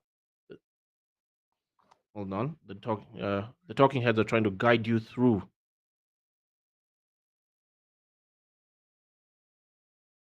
Oh, 4-0 to who? 4-0 in favor of who? 4-0 in favor of We've 4. Okay. we just got an update from the people in production that the game is ongoing, but the observer got kicked out and it's currently 4-0, but I'm not sure to which team. Don't judge my bold man. Hey man, we all love a bold man. Yeah, just all cop in love South a bold Africa. Yeah. Muji is a very dangerous man. Have you? I spoke to that guy for all of 10. 4-0 in. Wow. Okay. 4-0 in favor of Paradox so far. Apparently, guys, if you're just wondering why we've not gone to the game, apparently the client kicked them. The esports client might have kicked them out of the game. They were unable to go back in. So rather than take a break, we're getting the update live, and that's 4-0 in favor of Paradox right now. Okay, so Kyle is closing in on his bet. Kyle said 7-3. So far, I'm not seeing the 3 from. We've not gotten the 3 from Eclipse. There was a 7-0 somewhere from Instinct. Could you imagine? That's tough. That 7-0 is would- yeah. a lot of cement needed to be taken here for Hey, the good old fashioned Hold on a gamers. second. I'm trying to do the count here. Trouty, when we got into the game and then they quit, that was barely 5 minutes ago. How are we at 4-0 already? Bro, these guys are out here speed running. Let it be known. They got a little timer on the top right. They're trying to see how quickly they can get kills. Eclipse barely responding is the info we've gotten. They've not yet. We're going to listen to this like talk sport radio. If you've never listened to radio and you Gen Zs never got to listen to radio, you're going to get this sport and your results in like the radio. From what we're hearing, it's 4-0. This just in. Yeah, this This just in. This just in. Okay. 5-0. 5-0. I mean, we're reporting this score like rumors. I was like, yeah, I heard from this guy who told this guy who told this other guy that it's currently a 6-0 to the side of Paradox. That's kind of crazy. Muji 3 is coming. Yeah, Muji, the stream. What happened to the stream? This is the stream. What happened is I think the Someone game signed the bat symbol. He heard Yeah. it. Yeah, he heard it. He's there in chat. So the esports client, I think the game loop kicks them out of the lobby and they're unable to go back in. So that's what's happened. We saw the first hard point, but as we're getting to this SND, it kicked them out and we can't. We're radio casting now, and the score right now is 5-0 in favor of Paradox. Muji is here. He's not even playing and they're still glazing him. Yeah, he's just aura farming. 6-0. I mean, okay. I feel like I'm sitting down. He's just taking out his headphones. I'll say it quickly before he puts his headphones in. Feels like I'm sitting down here and I'm just like, yes, President Bush. They hit the second tower. This is That's someone's. what it sounds like. These are people's children, man. This is someone's child. 6 I'm so glad your earphones are out from what I said there. That was hilarious. You missed it.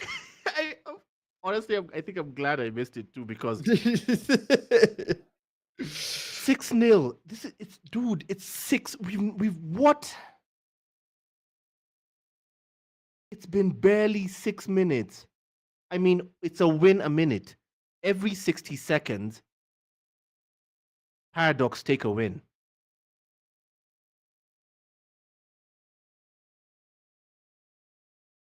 Do you want to do it, Trout? Do you want to say it? 7-0. 7-0. Shocker.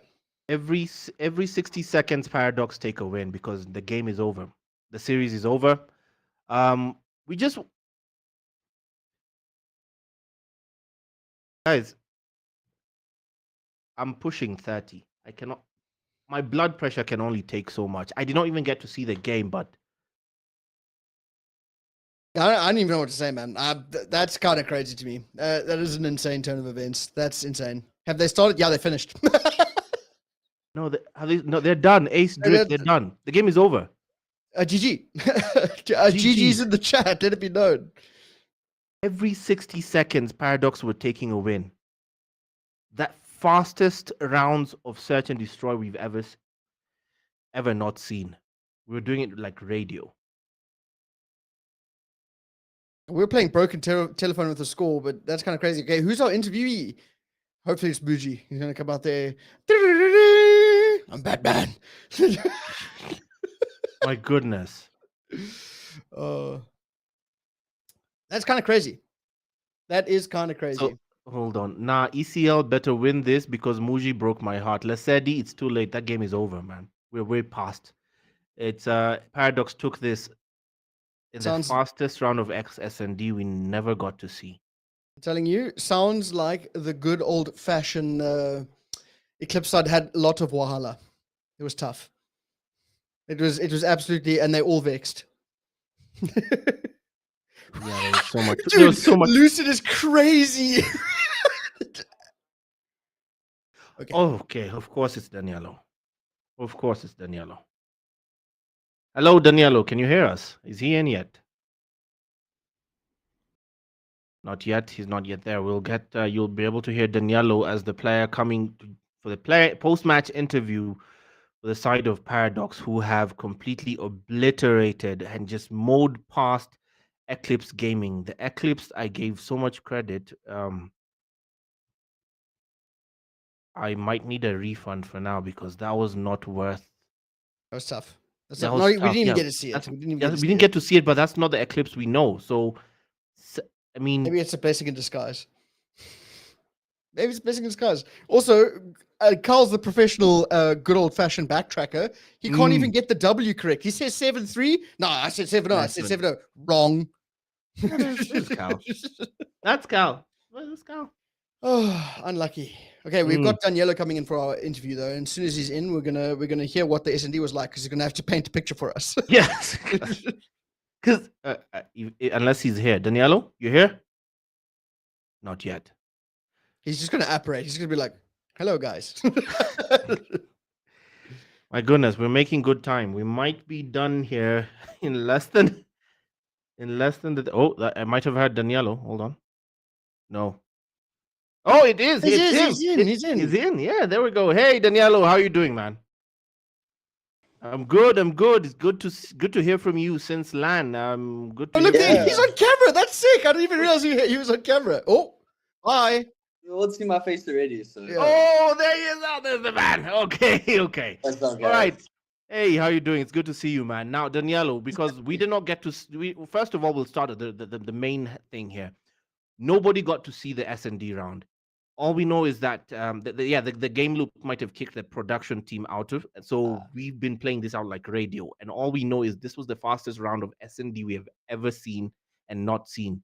7-0 in. It was a win every 60 seconds. What the hell happened? Yeah, I mean, we had Simsy flying around. I think he dropped around 15 kills. So he was slaying out. We had lots of 3 pieces from a lot of the gens. It was just fast pace. We trapped them. They couldn't really do much against us. Another day in the office, you say? Yeah, pretty much. Another day in the office is insane. Well, congrats. That was good stuff. So obviously you guys have had a good reset since your world debut at the African Cup finals and had a good reset. And it's really translated to your gameplay, specifically Logan. He wasn't there obviously at the World Championships. Man, is he your secret weapon here in South Africa? Because brother was absolutely cutting people down. 21 kills by P3. What's on with that? Yeah, no, he was definitely flying. So we did make quite a lot of changes after the LAN. So now we have Logan. We also have Nandi who's come in now. Obviously, then we end up getting rid of Germ, unfortunately. So we've been through a lot of roster changes. But I think that everybody's already a secret weapon. We're still in a little bit of a in-between kind of phase at the moment where we're busy trying out new things. Like, for example, I'm on SNG right now. I've always been an AR player ever since I switched to phone, so that's new, and just Jen's so busy trying out a whole bunch of new things. So yeah, we're really just in a bit of a changing phase right now. So yeah, For the beta, it looks like it. Yeah, that's really you mentioned something really vital. Team restructuring is part of it, especially for a tier 1 team like you guys. And the purpose of this tournament, fine, it's an off-season tournament, maybe it's more of a community thing, like building off the ground, but you're still playing with the same people who might have, you might have met at the LAN, a month ago. The target here, you're using this to measure up, what to expect in the coming year, like the new season. I wouldn't say that we're using this necessarily to do that. I think that we're using this to kind of just build more chemistry, and again to kind of test everything out, like all the new strats that we're trying, all the new kind of ideas that we have. So as much as it is like a very serious tournament, we kind of just take it more as like a training ground. Obviously, certain opponents we will give like the absolute A game. I think that today, because there was a certain player that we don't like, that we kind of give it our all. But yeah, we're using this mainly as just, again, to kind of build up a lot of just the strategies and just working to become even better than before. Okay. In my opinion, it's looking like it's working. You guys are a serious force to be reckoned with at the moment. So congratulations. First game that we get to cast at least under the belt. And we only got to see one of those two maps, but either way, Bloodbath, and we won't keep you for any longer. It's time for bed, I imagine. So congrats again. Yeah. And we'll see you guys next week, if I'm not mistaken. Yes. Yeah. Cool. I'm excited. Enjoy the rest of your night, guys. Thank you for having me. Cheers, Danilo. Cheers, guys. All right, that was Danilo, guys, and exactly what we expected from a Paradox player. That's the exact demeanor, the exact messaging. The messaging is usually straightforward, straight to the point. They just succinct with what they do, what they intend to do, and what they know. The best part about Paradox is whenever they point out anything in their strategy and their gameplay and everything post-match interviews, they also point out where they went wrong. They acknowledge where they went wrong and what they're doing to fix it, which is exactly what they did. They made the hard decision. Some players had to leave. Germ had to leave. I was going to say, brother didn't say we parted ways with Germ. He was like, we got rid of Germ. Bro got the boot. Is crazy. Yeah, it's the hard choices and being able to acknowledge the hard choices. You don't pretend it didn't happen. I mean, but it's part of it being a tier 1 team. Growth. That's part of the growth. So right now, here we go. That's the measure of a proper team. That's the measure of a proper tier 1 team. And here we go as we head into the final game of the day. Which one will it be? Ace versus good old fashioned Nonagons. Say it with me now. Nonagons. That's the one. I think we're going to be cutting to a quick break before we jump over to that. So stay tuned, guys. Go refill your beverages. Go get yourself a snack. We'll be right back after this.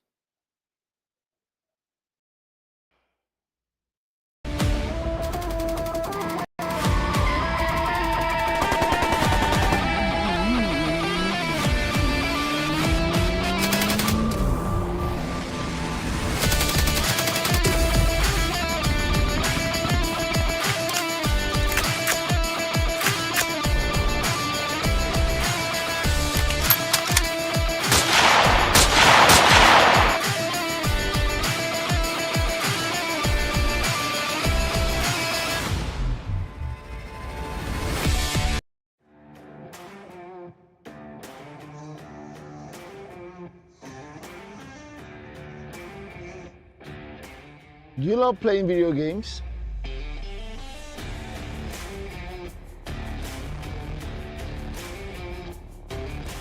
Or a professional live streamer in gaming? You can also step into the light as a professional esports player representing one of the biggest teams in Nigeria or Africa. So I guess you've landed on the right page, because here we take you into the world of games, gamers, and gaming. From tournament organizing to game shows, podcasts, you name it. You get to meet the best of the best in the esports industry right on this page. So make sure you share to someone, follow, and also subscribe to all our platforms. We're Game Evo Esports, the world of games, gamers, and gaming.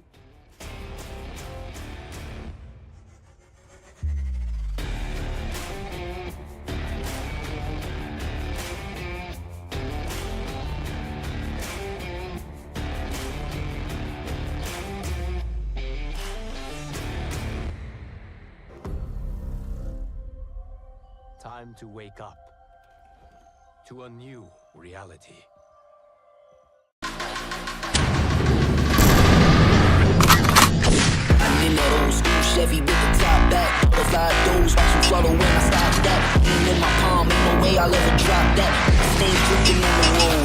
Pop that, pop that, pop that, pop that, pop that, pop that, pop that, pop, pop that, pop that, pop that, pop that, pop that, pop that, whipping on the road. Pop that, pop that, pop that, pop that, pop that, pop that, pop, pop that, pop that.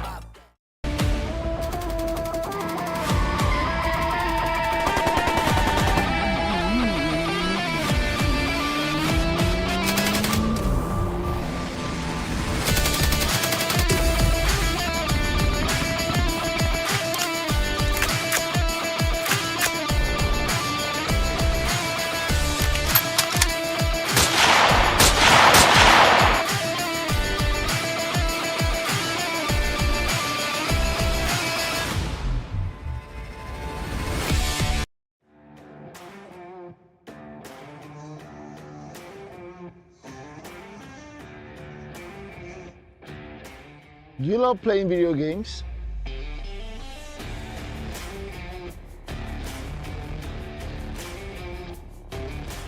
Or a professional live streamer in gaming?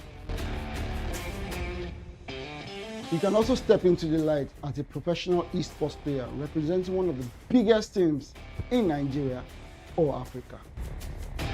So I guess you've landed on the right page, because here we take you into the world of games, gamers, and gaming. From tournament organizing to game shows, podcasts, you name it. You get to meet the best of the best in the esports industry right on this page. So make sure you share to someone, follow, and also subscribe to all our platforms. We're Game Evo Esports, the world of games, gamers, and gaming.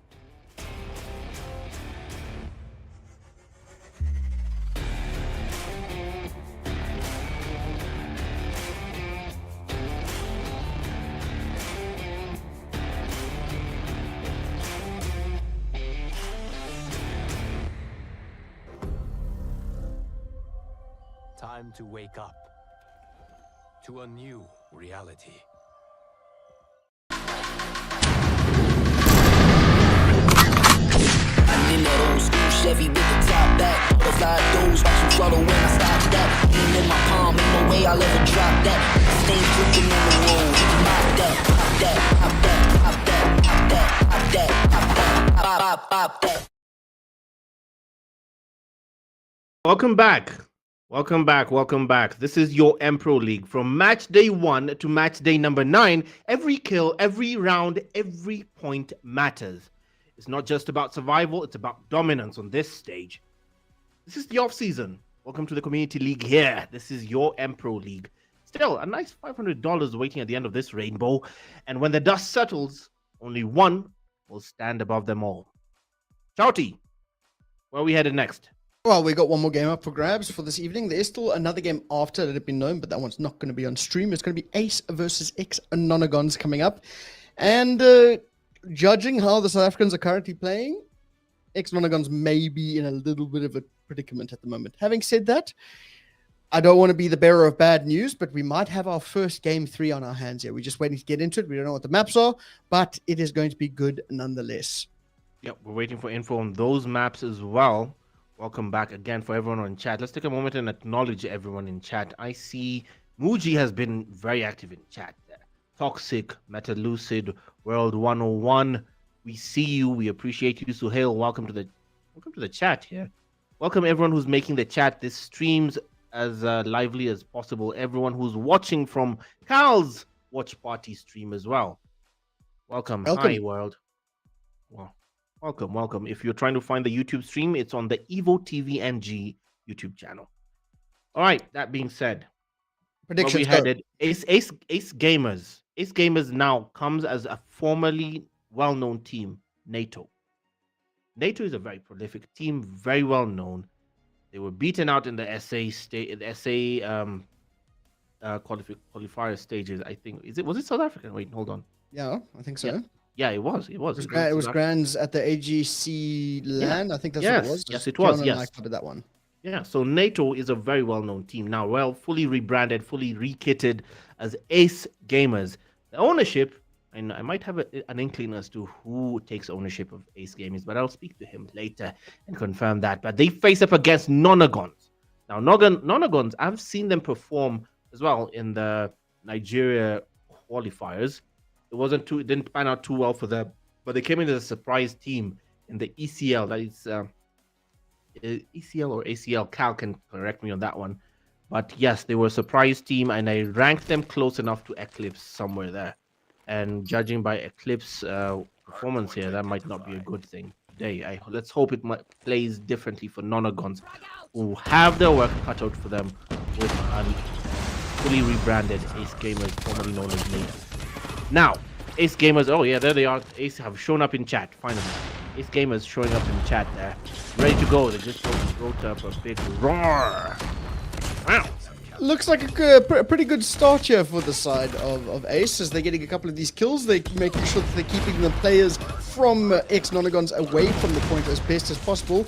And it looks like a tried, true, and tested rinse and repeat of the previous game, starting things off here on Summit, going towards the back end, but it's going to be Devilman, who finds 3 for himself, absolutely doing the Lord's work. All up to Squid now to find 2. He does exactly that. He knows the 3rd is there, but not. Actually finds it with a little bit of help, and eventually the dust settles. Scrap time, going the way of Ace. Ace so far holding steady on P1. Welcome to Slums, if anyone you just joined us. This is Hardpoint starting us off. This is Squid. Nice drop shot there, waiting in the wings as they rotate to P2. Gets there first, the Nonagon side. It's all yellow as they try and hold the back alley, and the spawns remaining in their favor so far. But Ace looking to break that right now, and they're starting that endeavor. Squid rushing right through. Dropped by 4G, who still holds steady on the side of ex-Nonagons, who are now looking to play catch-up. They're holding well. Streaks are starting to come through. I saw a hunter kill drone being deployed there for a second. The contest comes through, complete pandemonium through the smoke. The utilities will come into play. And to whose favor? I can't tell who even tossed it. But there's no one getting the score count there, the scrap time from that count. And for a moment, it fell the way of Ace. And this time, it falls their way completely. But can they hold the line for the final 20 seconds to break away on that 38-point lead that they currently have? On the back end of it, we got to see a couple of those specialists now being invested. That specifically being the War Machine from Mandem. But he only finds a couple, 7 seconds and a bit of condolence. But that is going to even up the score as we go over towards P3. And we know that specifically P3 seems to be a bit of a struggle for the side of the South African teams. But right now, looking pretty...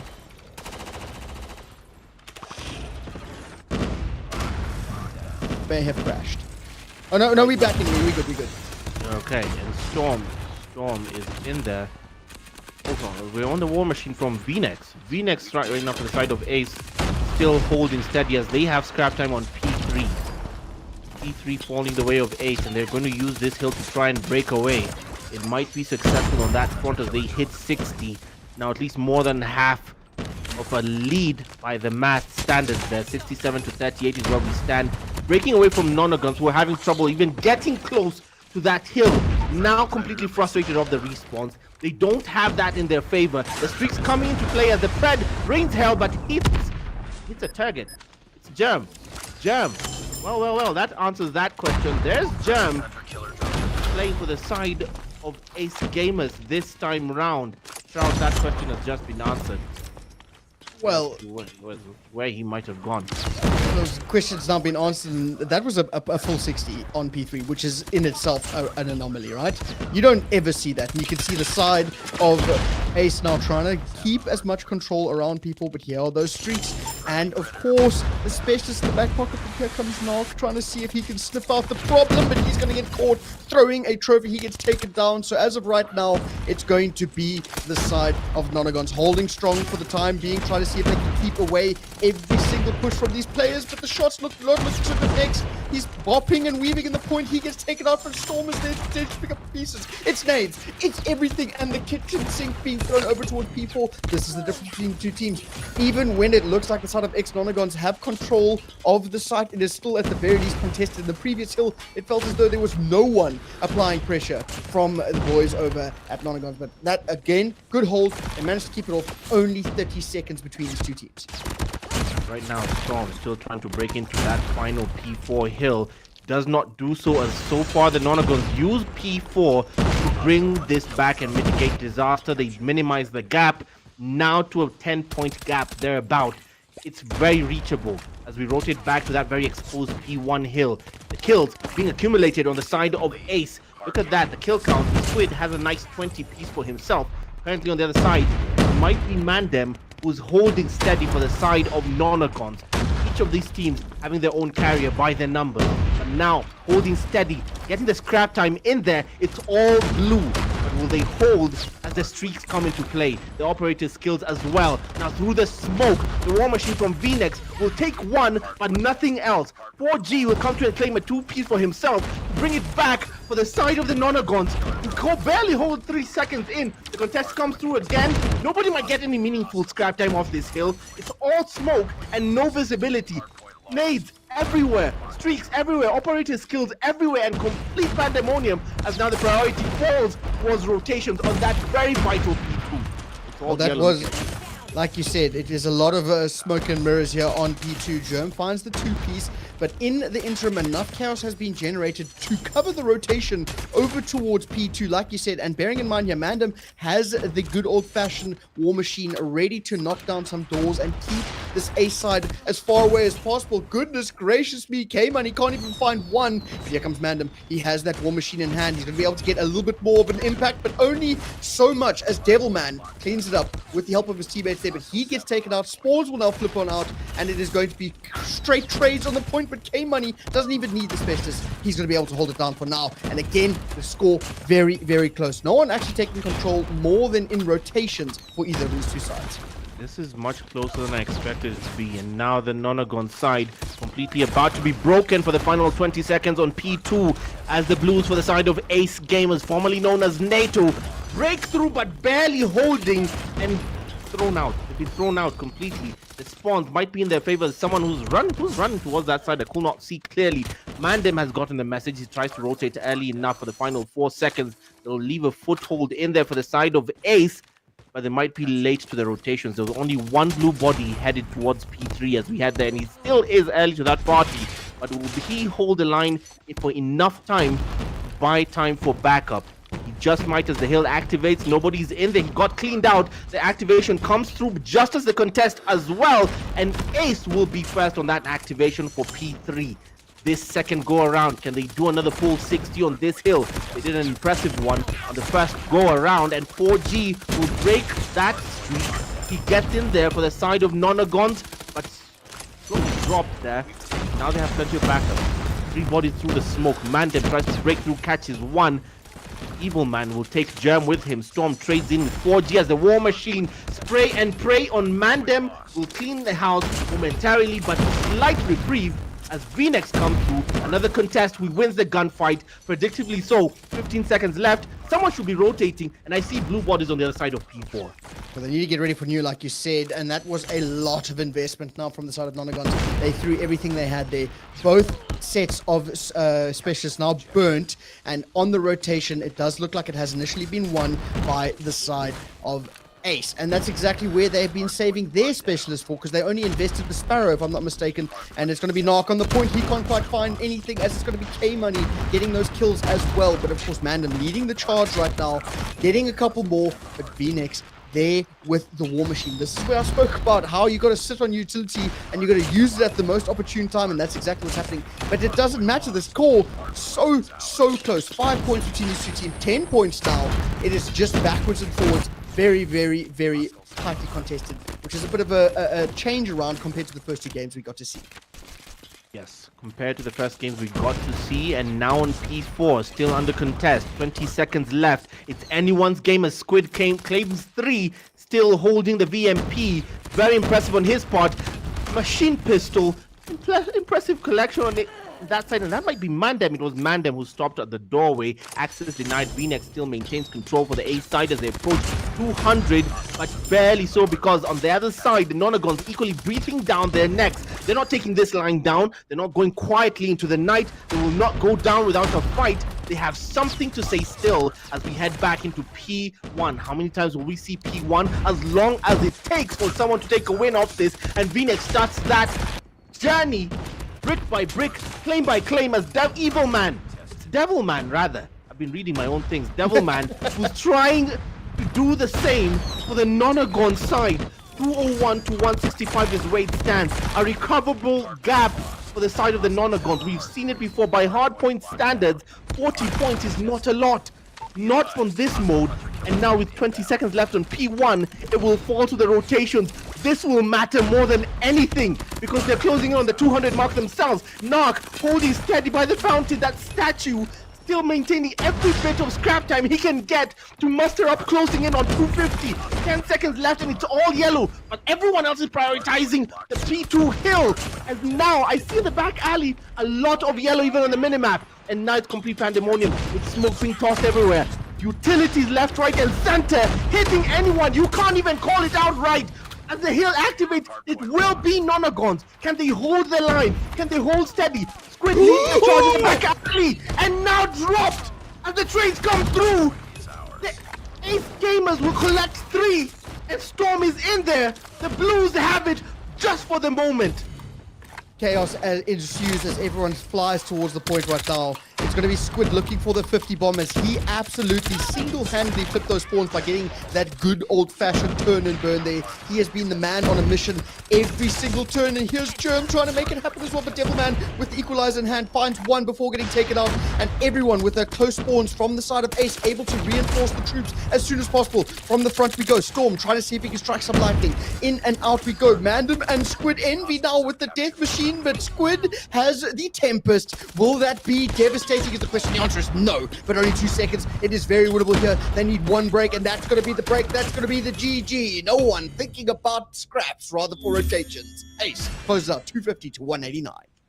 The team formerly known as NATO Gaming take the first round on Slums, and then some. It was as close as it gets on this one. Nonagons with plenty of signs of life in their game. Plenty of signs of life in their game here. And so far, they held it steady until that final break on P1, where they just put their foot off the gas. Something happened there as the final rotation on P2, and was game over.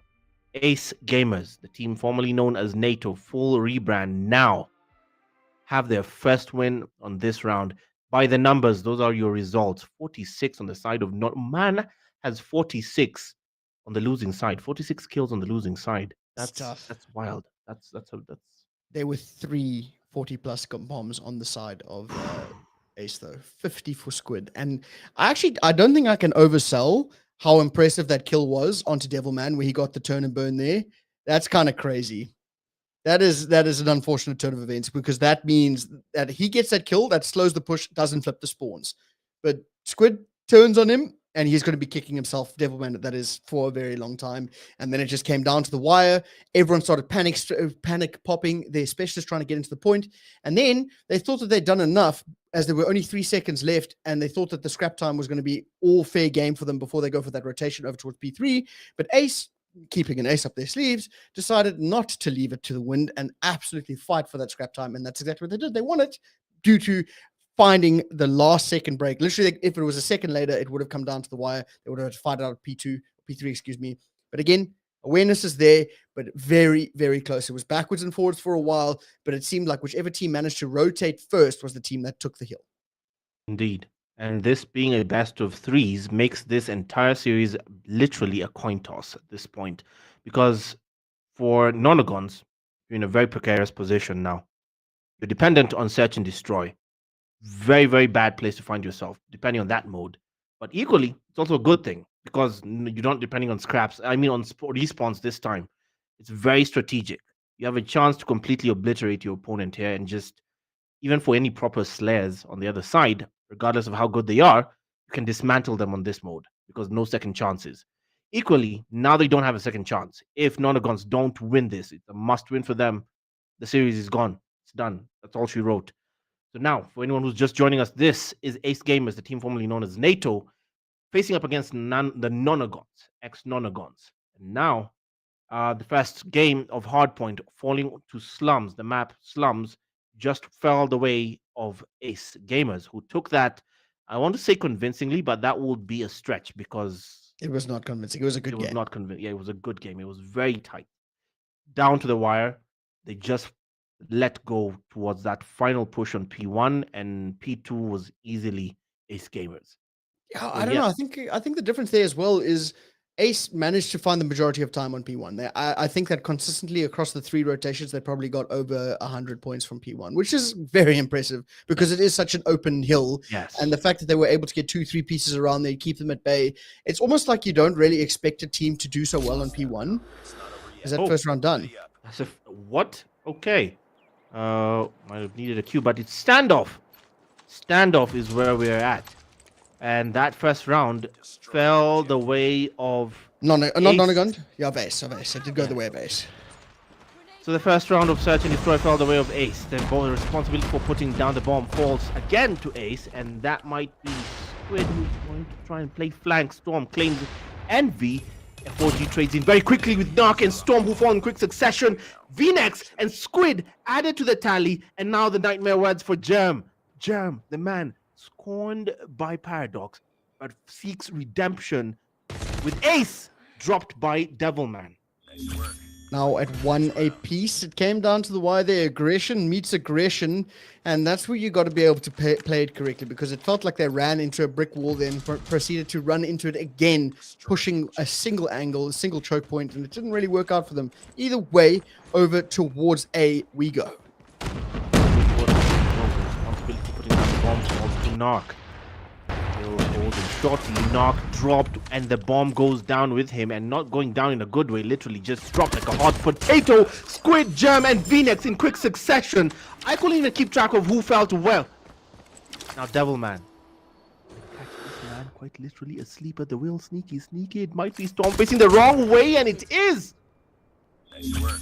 Get ready for the next Well, round. that's 2 attempts. 2 attempts at A, not gonna come through for the side of Ace Gaming. Ace. So they need to figure it out, because the aggression and trying to get control that quickly, they're just running straight into the trap of Nonagon, and it's working out for them. So if Nonagon can continue this momentum and keep them at bay every single round, that'll be a very, very difficult hill to climb. For anyone who's still a bit confused on who's who, the yellow side this time round is Ace, and the blue side, that is Nonagons. This is Storm trying to catch a snipe at this point. The Ace side have fallen behind on this search and destroy game. It might be a bit of a challenge as Devilman claims Squid on that automaton, the XM4, the back alley there. This is standoff. Now it's a 5v4. Storm, responsibility for the Ace side to put down that bomb somewhere. A choice might be made. Shotgun shell straight to the face.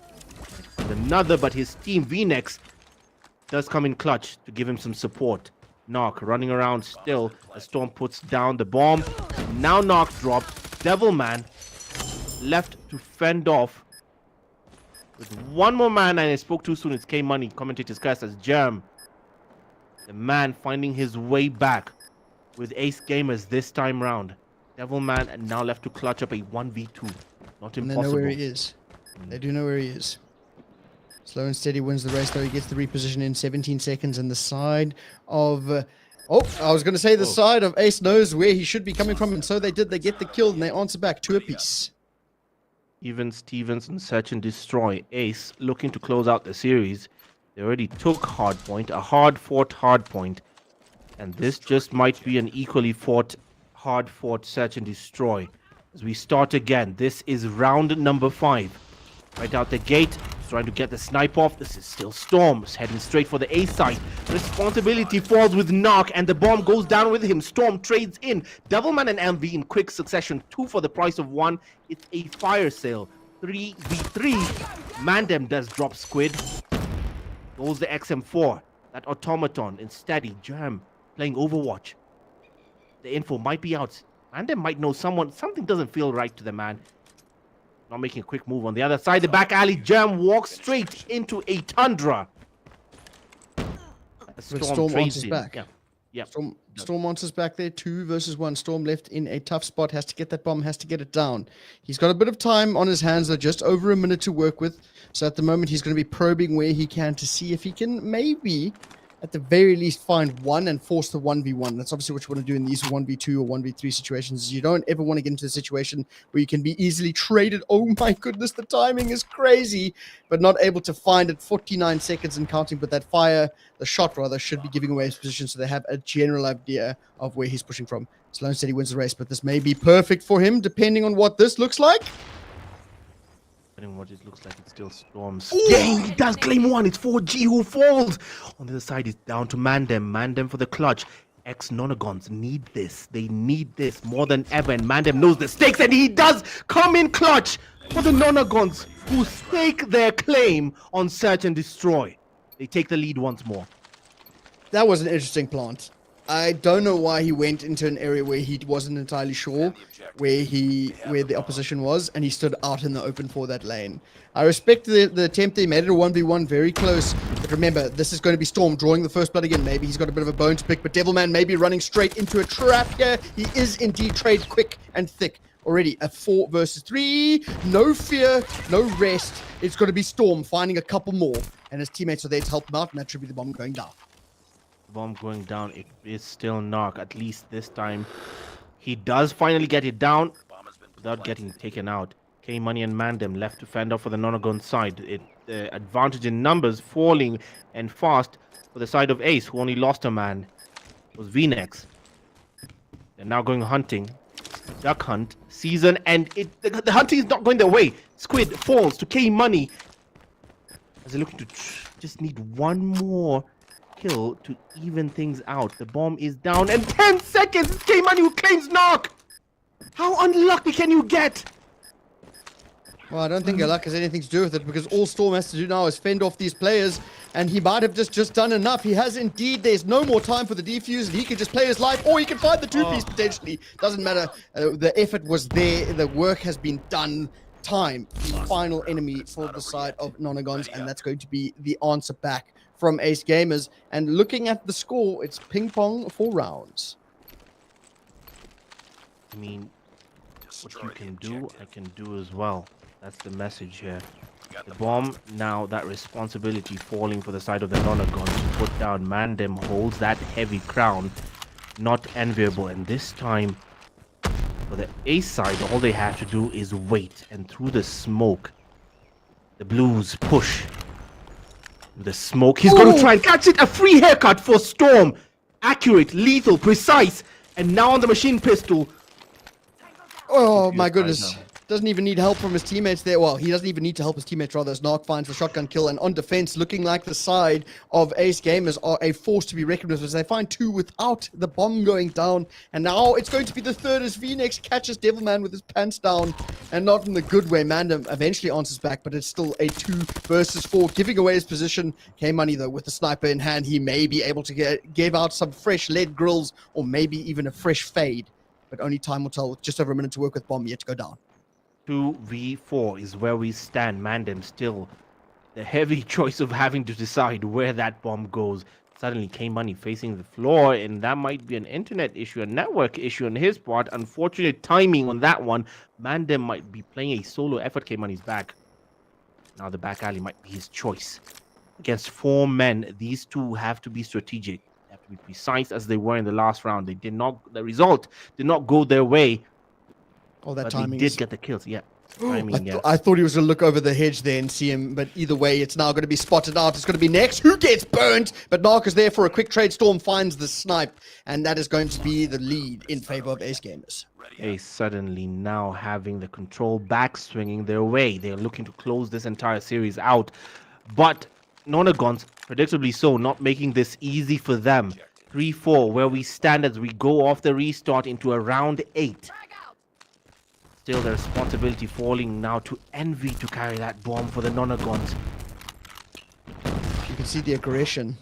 The aggression over towards A, but it's not going to pay out as two players again fall instantly and make it 3. It was just 4G to make it happen, but Squid finds 2, Narc finds another. That was an electrically quick round. 5-3, 2 away from closing it out now is going to be the side of Ace. Tough titmouse, as they say, if you are in the shoes of ex-Nonagons right now, as they are bashing their head up against the wall, not able to actually get onto the point like they want to, and it is showing through in their gameplay. Envy carrying the bomb this time for the Nonagons. Similar result, that resurgence by the Nonagons being stopped in its tracks, suddenly looking as bleak as ever as Storm does claim 4G to start with a free haircut successfully delivered. The trade will be instant from K Money, who responds in kind. It's a 4v... commentator's curse. 3v4. 3v4. Envy still now trying to find his way with that shorty and the bomb himself. Mandem, he's hurt. He's trying to retreat. Envy falls to Jam. The man proving himself with the A side. Mandem trades in with Storm. 2v3. Keeping it close. Keeping it steady. Keeping it to the edge of your seat. Now Nonagons needing this win to keep the damage mitigated. And Jam on the snap quickly. And VNex completes the holy trifecta. It's another ace round. Again, it's the side of Nonagons banging their head up against the A wall. It's not working. They need to change it up because they have been first-blooded consistently, and maybe that's exactly what they're going to do now. Try to see if they can get some pre-nades through, maybe get a bit more information. But they need to make the change that needs to happen right now, and it's actually going to be 4G who draws the first blood, and that may be getting the ball rolling for the comeback. Bearing in mind, Ace Gamers only 1 round away from closing out the series. Ace Gamers, 1 round from just finishing this off with 4 players. This time they've already lost a man. It's Storm who fell early. A bit of wahala over there. Envy still holding the bomb, still undecided because the game so far has been so fast-paced. The decisions have been made in an instant. No time to think. And now everyone is just playing the waiting game because they're not in a hurry. They know there's snipers everywhere. This is a complete sniper's nest. Hell for everyone. Hey, Money, waiting for the snap from someone. The Tundra itching on the trigger finger. Can he catch any? No, over the fence into the back alley. That man got away with his life. VNex on this side might meet Mandem by that corner. He sprays and prays, and Mandem is falling. The automaton does the job, but 4G will trade in instantly. It's Narc who falls for a 4v3. Still the advantage in numbers as we made to the back alley. The back alley coming to a head there. It's still falling the way of Ace in the disadvantage of numbers, just by 1 man. Envy still yet to put down the bomb. 30 seconds left. They got 30 seconds, like you said. The clock pressure beginning to mount, and onto the point we go next, poised for a perfect retake here. He just needs to bide his time. He knows the bomb should be going down any second now. 18 seconds and counting. You can see the entire side of ex-Nonagons panicking onto the point, but it doesn't matter. Devilman with the pistol in hand gets the kill now. Squid and Germ in the 2 versus 4. He has to stay alive. He has to get these kills. That being Germ, though, I think that he might have had the perfect time. Not quite. Squid now with the VMP in hand. Can't get anything else. The answer back is in. Ex-Nonagons stay alive. 1 more around going their way. 6-4. The expectations, of course, from the Nonagons, they need a precise and just completely lethal, flawless round from here on out. They need 2 of those. They need 2 of those rounds to just stay in this fight. Now starting off. Who peeks? It's Jam again, snapping on 4G. The unfortunate recipient of that is K Money will trade through. Instant again, it's Jam who registers. Devilman, the recipient, who faced his way straight into a sniper rifle. The Tundra snapping over and over. And we will try and do the same and meet no target! Flanked. How did that man get flanked without his notice? And now to man them as K-Money falls. You're the last one. Complete the mission. The words nobody loves to hear on this mode. Against 4 ace men. Oh, he thought he was going to get a freebie, but he didn't check his long lanes, and he gets taken out. And it's going to be 7-4 Ace Gamers closing out the series. A good old-fashioned 2-0. What? Oh. The DQ for the side of Ace Gamers. What was the DQ for? Yeah, we...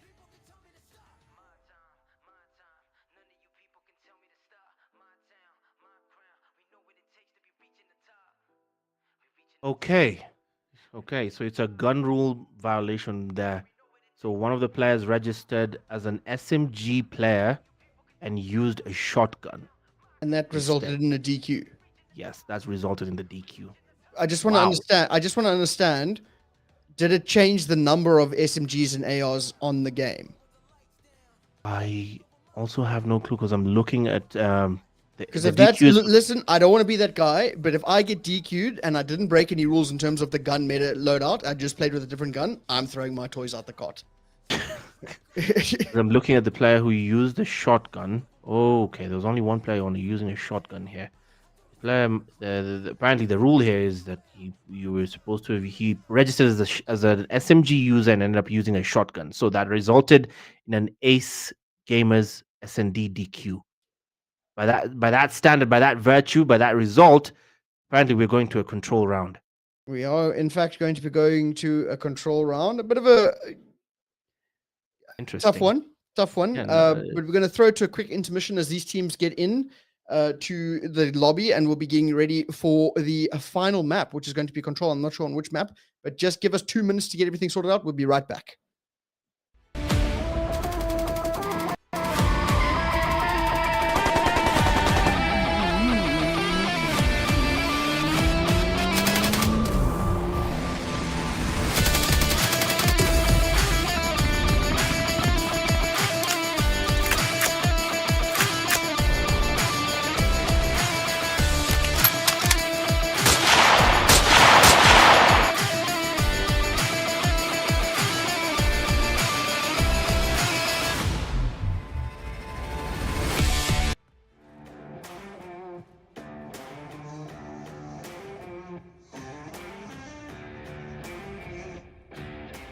Do you love playing video games?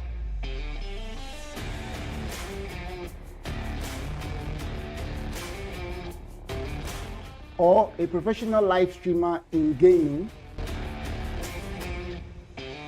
You can also step into the light as a professional esports player representing one of the biggest teams in Nigeria or Africa. So I guess you've landed on the right page, because here we take you into the world of games, gamers, and gaming, from tournament organizing to game shows, podcasts, you name it. You get to meet the best of the best in the esports industry right on this page. So make sure you share to someone, follow, and also subscribe to all our platforms. We're Game Evo Esports, the world of games, gamers, and gaming.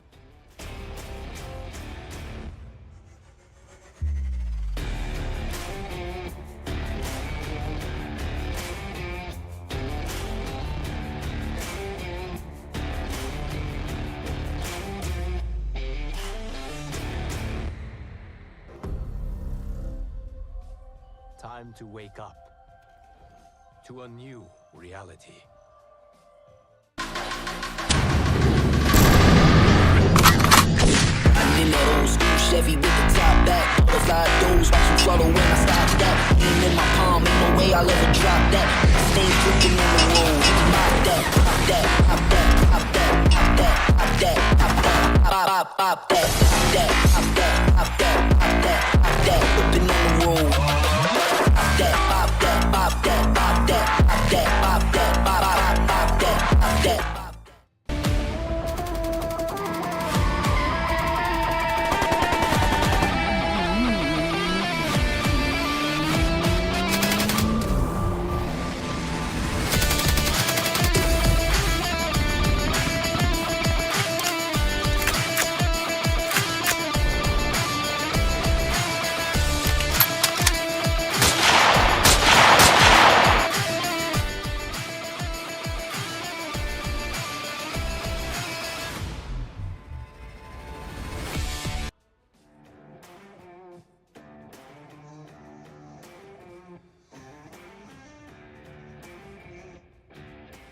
Do you love playing video games?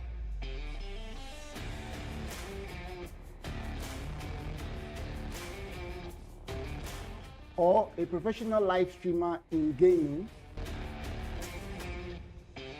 You can also step into the light as a professional esports player representing one of the biggest teams in Nigeria or Africa.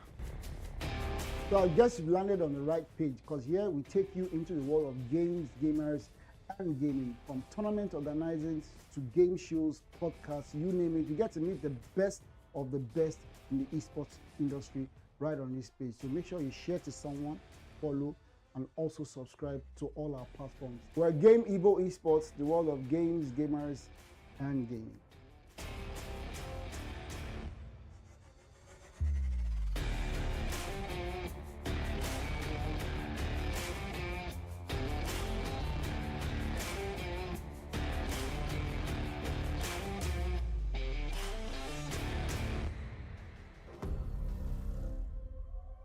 Time to wake up to a new reality.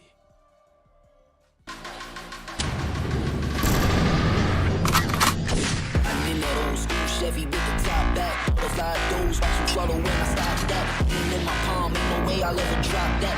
Stains dripping on the road. Pop that, pop that, pop that, pop that, pop that, pop that, pop that, pop, pop that, pop that, pop that, pop that, pop that, pop that, whipping on the road. Pop that, pop that, pop that, pop that, pop that, pop that, pop, pop, pop that, pop that.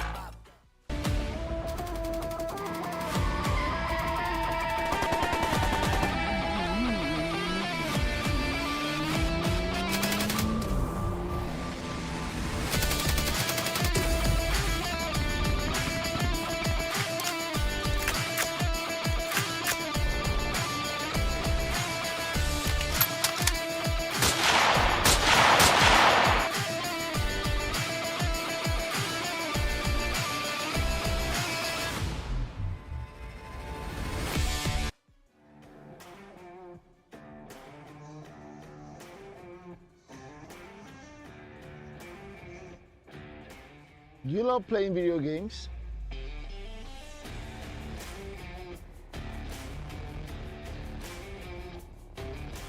Or a professional live streamer in gaming?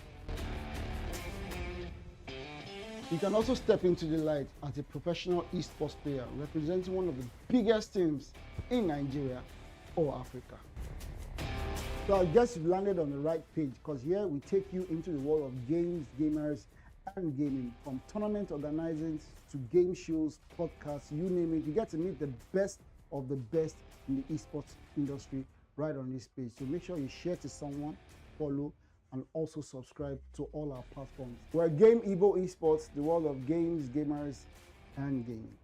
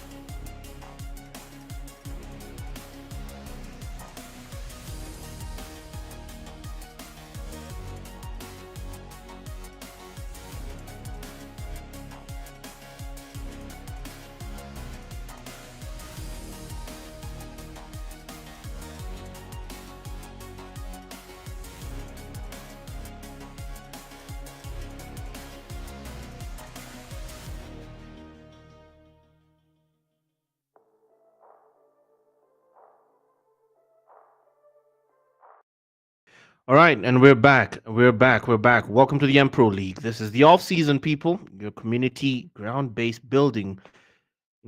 Before preparing for anything on there and on any other stage. This is where gravel meets the road. And news just let's just do this anchor style. Trouty, news reaching your desk. What happened? A DQ due to a violation in roles when it comes to shotgun. And I think Knock registered as an SMG and AR, but played with a shotgun for a round. So I'm not 100% sure of the ruling. I need to see it in writing before I have a full grip. But the call has been made that it's a DQ. So it's currently 1 apiece. And it's going to control on raid. And it's just tough. Look, obviously the admins have got their rules and they got to stick to them. It's just an unfortunate turn of events. No, I can hear it in your voice. I can hear it in your voice, literally. Yes, it is an unfortunate way to go, and I know Ace will feel a bit undone by that ruling, especially considering how hard they had to work for that S&D win. Of course, there'll be very many angles looked at and discussed off this live stream, even on alternative live streams. Ace themselves will discuss this. The players, the community will discuss this. I mean, for now, the fact is we're going straight into control. Yeah. That's what's happening, guys. So control is happening. We're going straight into raid. No time wasting. Either way, if you just joined us, what happened was Ace Gamers took hard point on slums. It was not convincing. It was very tight. It was, Nonagons were on their backs. Search and Destroy was on equal footing as well. They were close encounters, and somehow Ace took the win by the numbers. And now we're going straight into control because that S&D win was erased by disqualification. As we head this straight into this is raid. Take us away, Trouty. Raid, control, tried, true, and tested map. First to 3 wins it. So we're just going to have to wait and see if it's truly written in the stars and whether or not Ace Gamers can write it into the history books that even though they might have been hard done by, they can still close it out here. We start this off. Who gets there first? The responsibility for taking and capping the points fall to the Nonagons. What side do they go to? They first start by claiming 3 of the Ace Gamers, falling in quick successions. The trade will come through, but look at the life counts for the Ace side, falling faster than we can count. Remember, if you're trying to keep track of who the labels are up there, that's Ace. Ace with 23 lives was the 27 currently being held by Nonagons, whose responsibility, might I remind you, is to take the point. They've gone straight to the A site and quarterway locked it so far. Well, it was a good start. Yeah, it was a good start, especially at the madman strategy, going for the hardest hill and quarterway locking it. Good way to start, especially maintaining the life maintenance. But it's now back even Stevens to 19 apiece. And it was a good, like I said, good start. They managed to find a good amount of time on that A site, but here we go into the point. I think he might need a DQ here. He's got a different gun. Oh, back over to the SMG. He finds the 2-piece squid doing the Lord's work in the spawn right now, getting a couple of these kills and evening up that life count. It seems as though 2 ticks have been found over at B, but here comes Squid in the background, again swapping weapons, finding the 2 pieces. Insane gameplay. Still 12 apiece, 2 points found. Now A being secured by the side of Nonagon. Their lives being lost faster than we can count them, but it will still fall to the objective as well, because that clock, keep your eye on the clock, 55 points.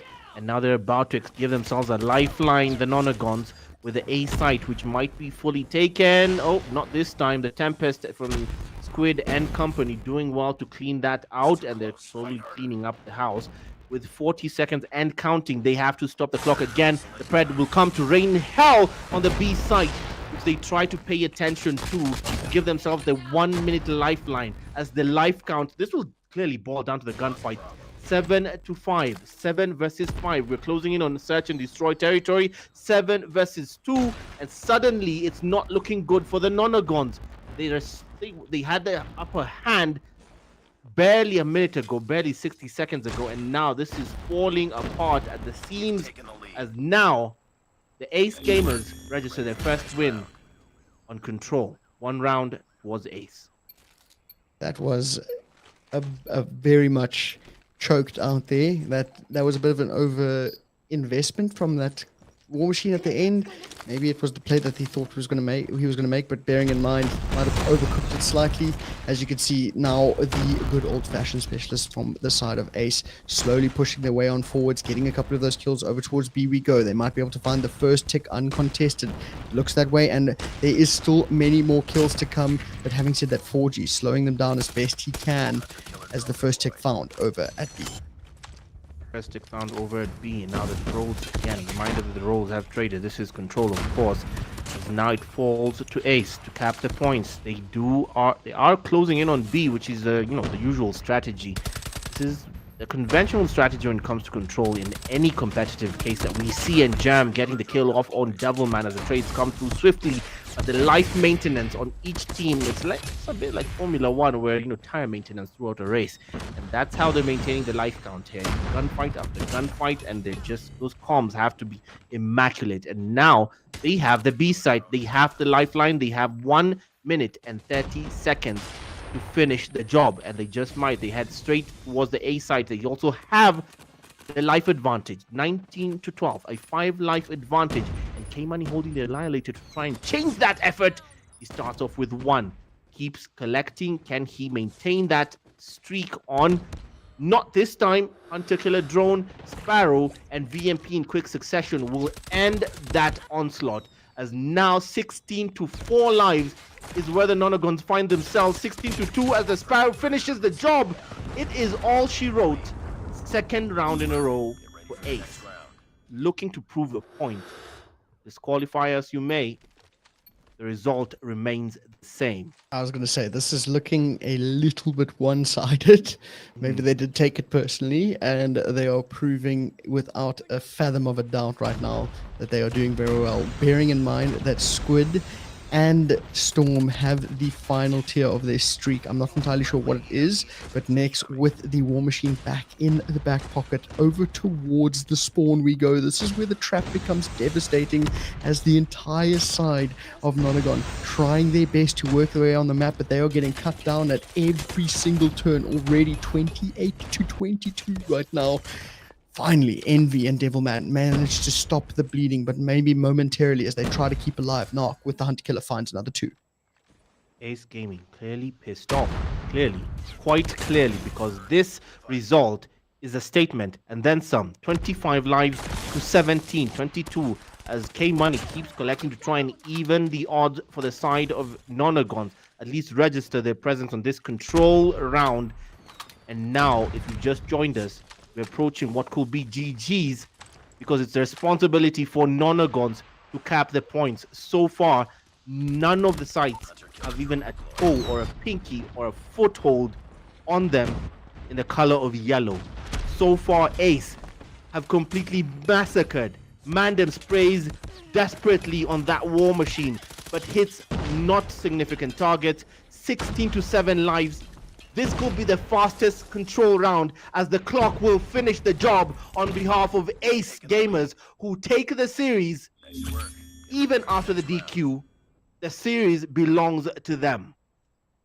Ace, take it all. 3-0, and I would say that was the fastest game of control I have seen so far in this game. They didn't even give them an inch. They absolutely ran with it, ran with the momentum, got the kills, closed it out, rightfully slow. Might have been hard done by, but it means nothing. Maybe a bit of a blip on the radar there with the 1 map loss towards their points, but that is okay. They'll take it on the chin, and they are currently the reigning champs in this game, closing it out 2-1. GG's to the side of Ace. GG's to the side of Ace, indeed, as we await that post-match interview very quickly. We await the post-match interviews. By the numbers, those are the results as you saw them. 24 kills from VNex. 24 kills, a statement if ever I saw one. They sent a message. It was very loud and very clear. Ace, they cleaned house. They cleaned house. There you have it. Yes, for anyone who just joined, yes, they started off on Slum's hardpoint by taking a very close, hard-fought win, because it was really close. Nonagons were keeping them on their toes, And we went into SND where the result was exactly the same, but Ace took the win on SND where they immediately got a disqualification of it's a rule break of, they took a DQ because one player used a weapon that was they did not sign up on their roles for. So every player is assigned 2 roles, but it's a very long. I'll not get into that right now. But either way, Look, it's the end of the stream. That is a Yeah. dumb rule. You guys need to relook at it. I don't care. That is ridiculous to me. There is no ways you DQ a team because they haven't played with the correct gun that they said they were going to play with when they didn't break any of the actual round laws. That actually pissed me off. it's a hard rule. It's a hard rule, but either way, it did not break Ace at all. If anything, we went into control. At which point, they sent a clear statement with Nonaguns as the instrument in the form of a 3-0, fast Definitive 3-0. 3-0. So kudos to them for taking it on the chin like they did. If I was playing, I would not have, but they did a good job of making a statement in the end. So now the series belongs to them. We await the team interview as we move forward. Not the team interview, the post-match interview with one of the Ace Gamers players. We'll wait and see who we're speaking to. Remember, live from the Kenyan capital. The name is Nairobi. It's 30 minutes past The name midnight. is Nairobi. Come, cut me some slack, man. I'm twitching from sleep. So it's 30 minutes past midnight here, and the name is Eugene Abu Dhabi, live from the Kenyan capital in Nairobi, and joined by Trouty. Sorry, we don't love you. No, I love him. I love him. I love Carl. Don't worry. I got mad love for you. Don't stress, brother. Hold on. Wait. Let me just look. Where's Trout? Trout, you on my. You're supposed to be on my left, right? Other side. Use your right hand. There we go. Yeah. Oh, I did it wrong way. You did it wrong way. But either way, Cal, you're good people. I didn't ask you what prediction you got for this, but I'm certain it wasn't exactly what we thought it was going to be. Yeah, I'm not sure if we are going to have the post-game interview. I think it is. We're going to give it another minute. Okay. One of the players from Ace is in chats right now. He does say this was our mistake. They had the right to ask for a disqualification. We would have done the same. Very sportsman-like from your end, Nam. I respect that. That is taking it on the chin as best you can. That's good. You are a better sportsman than I. When it comes to this, it's all fair in love and war. That's kind of crazy. But all good. We move. Yeah, that was very tier 1 sportsmanship there from Ace. All right, we're still waiting to see if we're getting this team interview and with whom. With whom will we be getting this team interview? I think we might be. Yeah. Yes, we can. We can. We're just not certain who we're speaking with. We're from Ace.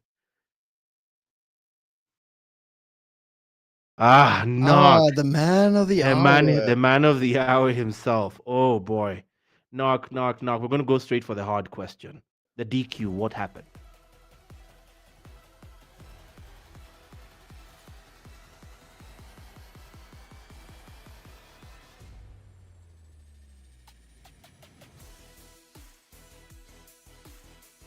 So it costed us the DQ.